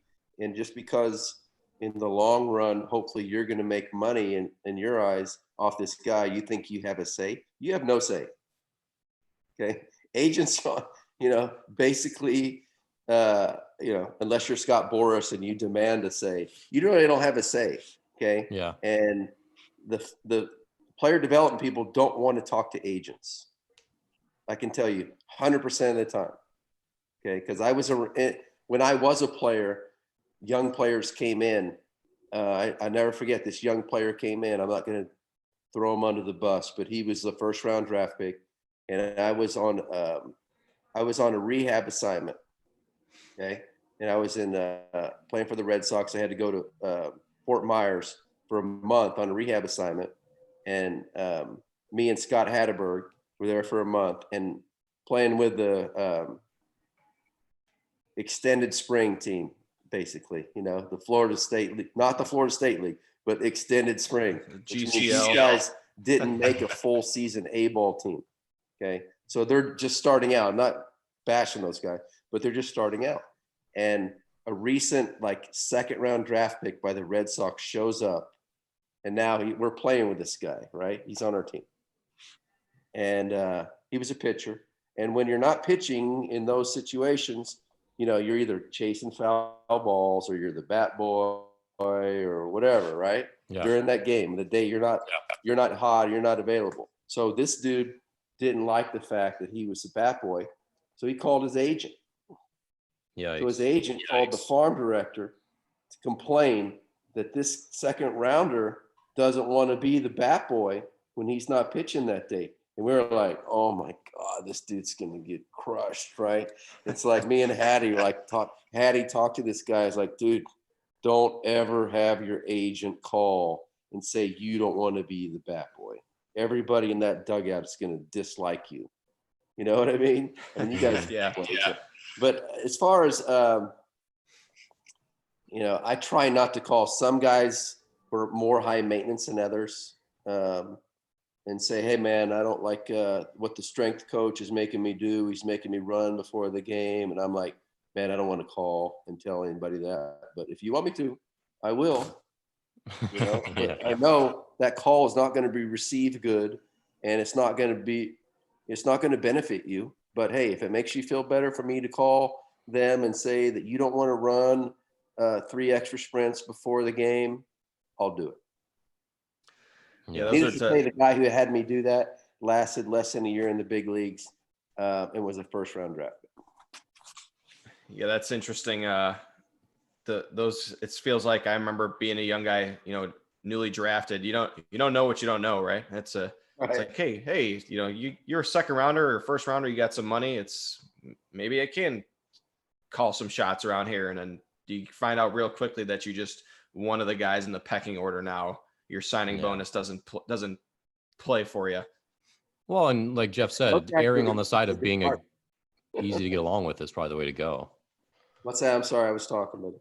Oh, well, I was just saying to your point earlier, erring on the side of being humble amongst everyone else is probably the way to go. Keeping your mouth shut. Just keep your mouth shut. And nobody likes, we've all had the teammates the chatterboxes that never stop talking, and those dudes were annoying. Nobody wanted to be around those dudes, right? It's like the first 5 minutes, you're like, that dude shut the freaking up, because he's annoying everybody in the locker room, just keep your mouth shut and go play. And as a rookie, a young guy, that's what you're supposed to do. And then over time, you stay in the league, you earn your stripes, then you can speak out. Yeah, that's fair. So Jeff, as we kind of start wrapping up here, how do you feel about how we can kind of unify the Twitter community and just the online baseball community in general? Because if I'm hearing you correctly, it sounds like you're honestly open to some of these ideas if you get context. I mean, I've kind of been listening and trying to figure you out honestly as we've been going, but it sounds like you're open to learning more about some of these things, but ultimately you're gonna like what you know, and like what's right and what's not. So, like obviously I expect you to continue to out people for teaching the wrong stuff, but is there a way that people can um find a balance between taking someone like your experience and marrying it with some of the new stuff? I mean, can there be a situation where everyone kind of coexists? Yeah, I believe it can. I believe we can. I mean, it's got kind of, it's pretty ugly. I mean, I didn't plan on this whole situation turning into this, honestly. I mean, I made a goofy video in my backyard, mocking a silly looking swing that I saw on, I think on YouTube, 12-second. And I did it. And then just like the backlash just came at me and attacked me. And if that hadn't happened, I wouldn't have made a second video. I can tell you that. And I actually talked to a guy 2 days ago, Chaz Pippett. You guys know who that is? Yeah, I do. I know the name. Okay. So I put some videos, Baseball Rebellion. I put some videos out or pictures out of what I saw. And it's not like I'm spending hours every day looking on the internet to see who I can make fun of. People are sending me this stuff nonstop. Yeah. Hey, look at this guy. Look at this BS. Look at this crap. Make You're fun the of this Inspector guy. General. Yeah. Yes. Okay. So now, I mean, it's kind of like when I played. This is kind of the role I had when I played. It's like we'd be on the bus and we'd be ragging on each other on the bus, right? In the big leagues. Mike Greenwell's in the front of the bus. I'm in the back, and Greenwell's talking smack to everybody on the team. And I'm sitting there in the back of the bus with Jose Canseco, Tim Naring, Billy Hasselman, Darren Bragg, all behind me going, hey, Frito, call him this. So I'm like, hey, Greenwell, you're blah, blah, blah. Right. And then it comes back and Greenwell rags on me. And that's kind of what it's become now. People send me stuff they want me to expose, but they don't want to attach their name to it. Right. So they want me, and I'm the dumb guy. It's like, oh, I'll do it. All right, shit, let's put this on here. And now everybody's out to get me. Right.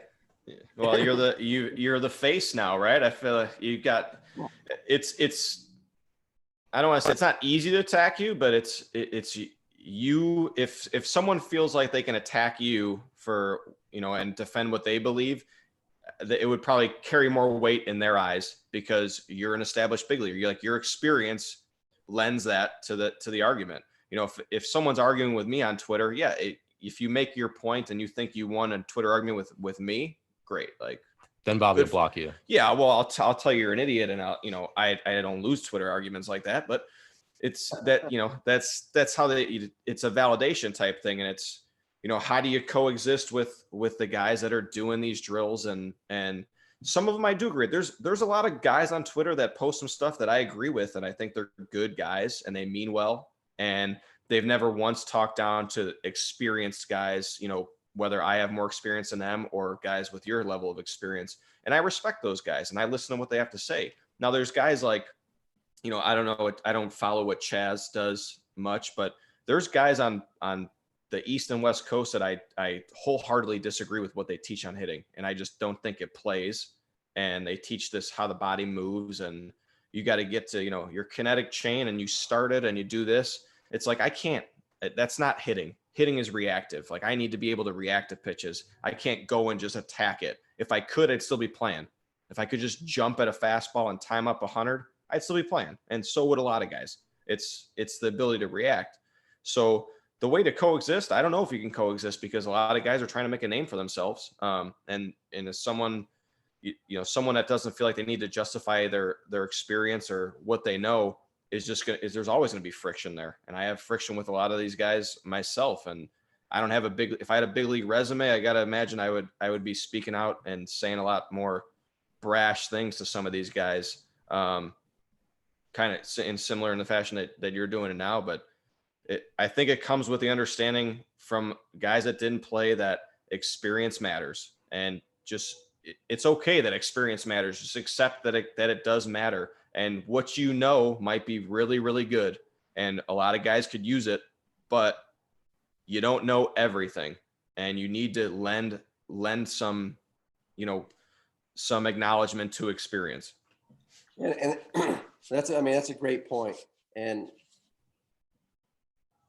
nobody said, I've never once said that you have to even have played the game to be a good coach. Okay. A lot of guys can be good coaches that didn't play at a high level. But let's just appreciate the fact that some people played this game for a long time and their opinions carry some weight. Okay. Yeah, not necessarily more than yours because you learned how to hit in your basement watching videos. Okay. But when those type of guys attack major leaguers, or even guys, like yourself, guys who played at some level of professional baseball, as if you don't know anything because we know everything and we figure this out. That's where the problem starts. It's not going to go away. And as far as coexisting, we are coexisting. We are. We just have two sides of the argument. And this whole thing I've been doing, this Qigong thing, that was just like an accidental thing I said one day when I made a video about it. Yeah. A lot of people seem to like it. They like that part of the video. It was just a joke, dude. I was in my backyard goofing off, making fun of a swing. And then a couple people that are followers of Teacher Man just attacked me and degraded my kids and degraded my career, and just like the amount of hate, I can't even tell you how bad it was. And I was like, all right, y'all want to challenge me? And then that's kind of inspired me to keep this going to where it is today. And now it's just, it gets those competitive juices flowing, huh? I didn't play in the big leagues because I was the most gifted guy. Okay. Yeah. People told me I couldn't do it, and that inspired me to do it. When I don't know if you guys ever heard this story, but when I was in 9th grade, I went out for basketball. Lived in California. My basketball coach, Mike Phelps, told me to come back when I grew up. Okay. I was 5 foot. I was in Oakland, California. I was 5 foot, 100 pounds, thinking I can hoop a little bit, and he told me to come back when I grew up. So I was like, okay. So in other words, he cut me from the team. 3 years later, I moved to Oklahoma, averaged 23.5 points a game before the 3-point line, and went to college on a basketball scholarship. And in 1992, my rookie year in the big leagues, we're in Oakland, where I went to high school, and I get a game-winning hit off Dennis Eckersley in the 9th inning.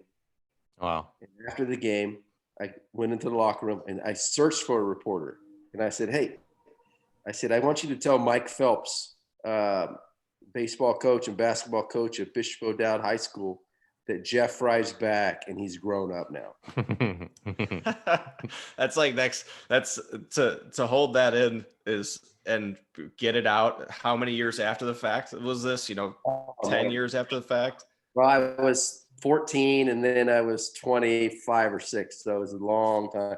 But what he, by him saying that to me, it inadvertently inspired me to work harder. Yeah. Sure. I wasn't a very good basketball player. I was, 5 foot tall, 100 pounds, right? Not much of a basketball future, but 4 years later, I was averaging 23.5 points a game without the 3-point line at 5'5", 135, and going to college to play basketball. So he inspired me inadvertently. Yeah. Who lights that fire? The last thing I want to ask you too is, have you come across anybody on Twitter that you think does do a good job of like teaching, or you like you said, you probably haven't dug into some of these guys a lot. You just see a lot of these drills that people send you and stuff. Have you come across any guys that are maybe you were introduced to on Twitter that you think, okay, like this guy's he's got a little bit of it figured out, or he's on the right path, or he's good. It seems like he's doing something that's benefiting more than hindering some hitters. No, and I really haven't paid much attention to that. I mean, it's like all the stuff people send me is all the goofy stuff. And I know Yeah. there's the coaches out there, you know, I Yeah. know there are, and it's like, you know, I'm not attacking everybody that gives lessons. Okay. I know everybody's got to make a living. If this is something you want, you love kids, you want to coach, you want to help kids and make a living off it, good for you, man. I mean, you know, I know there's a lot of ways to, you know, people love the game. They want to be around it, want to give lessons. I'm not knocking that at all. Okay. It's just when, to me, some of the things, you know, that we're generalizing, okay, let's cookie cutter this and let's teach this type of deal to young kids.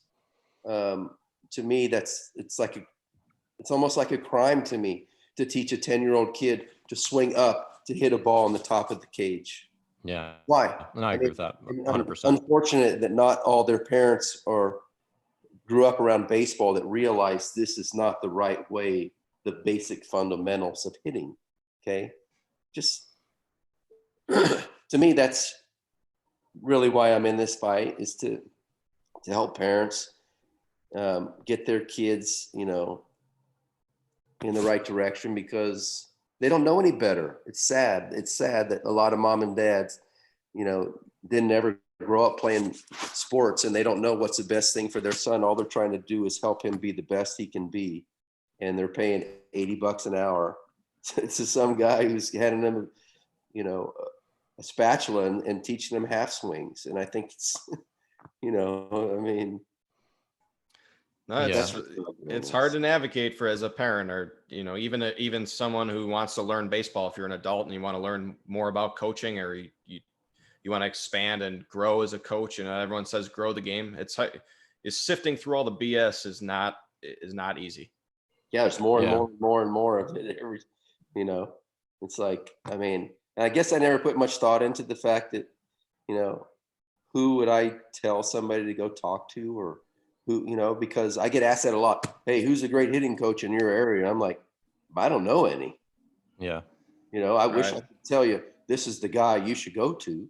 But if I tell everybody that guy's going to be overwhelmed and he can't coach everybody, you know? It's like, who's the best pitching coach? It's like, I mean, it's basically whatever coach you can relate to who helps you get better. That's a good coach.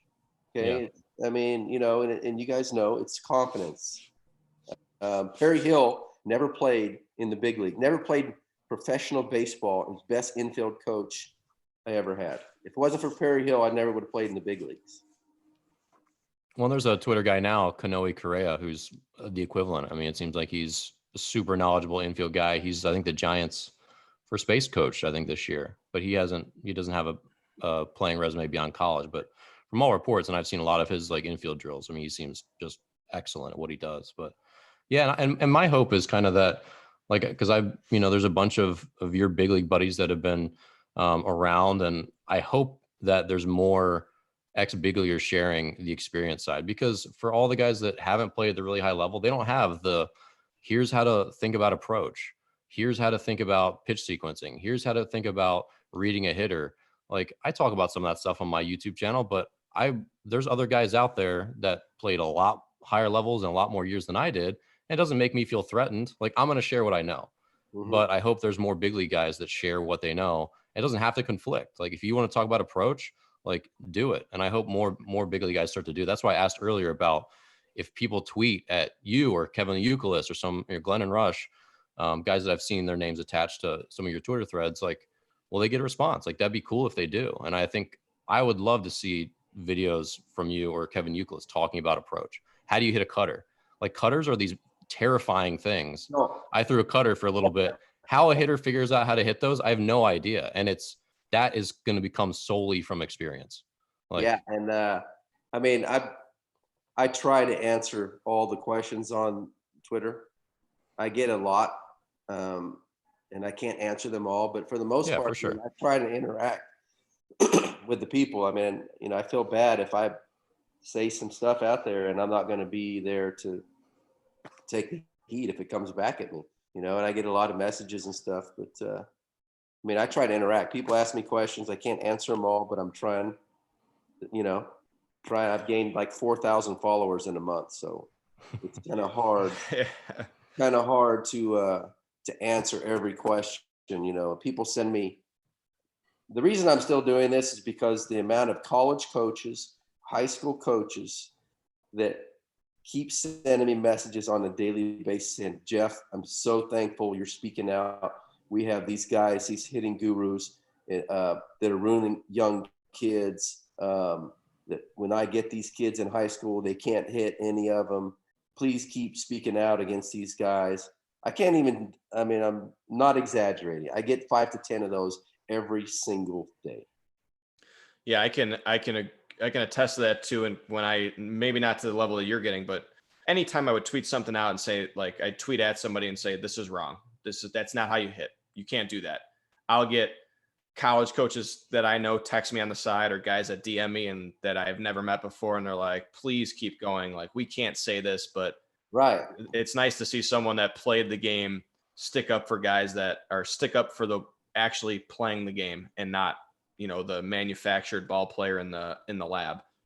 Right. I mean, and it happens a lot. It's a lot of, and I understand these guys can't speak out if they're college coaches, or a lot of the guys are minor league coaches, or even I've had front office guys that I'm friends with, call me or direct message me and say, hey man, keep it going, Frito, love what you're doing.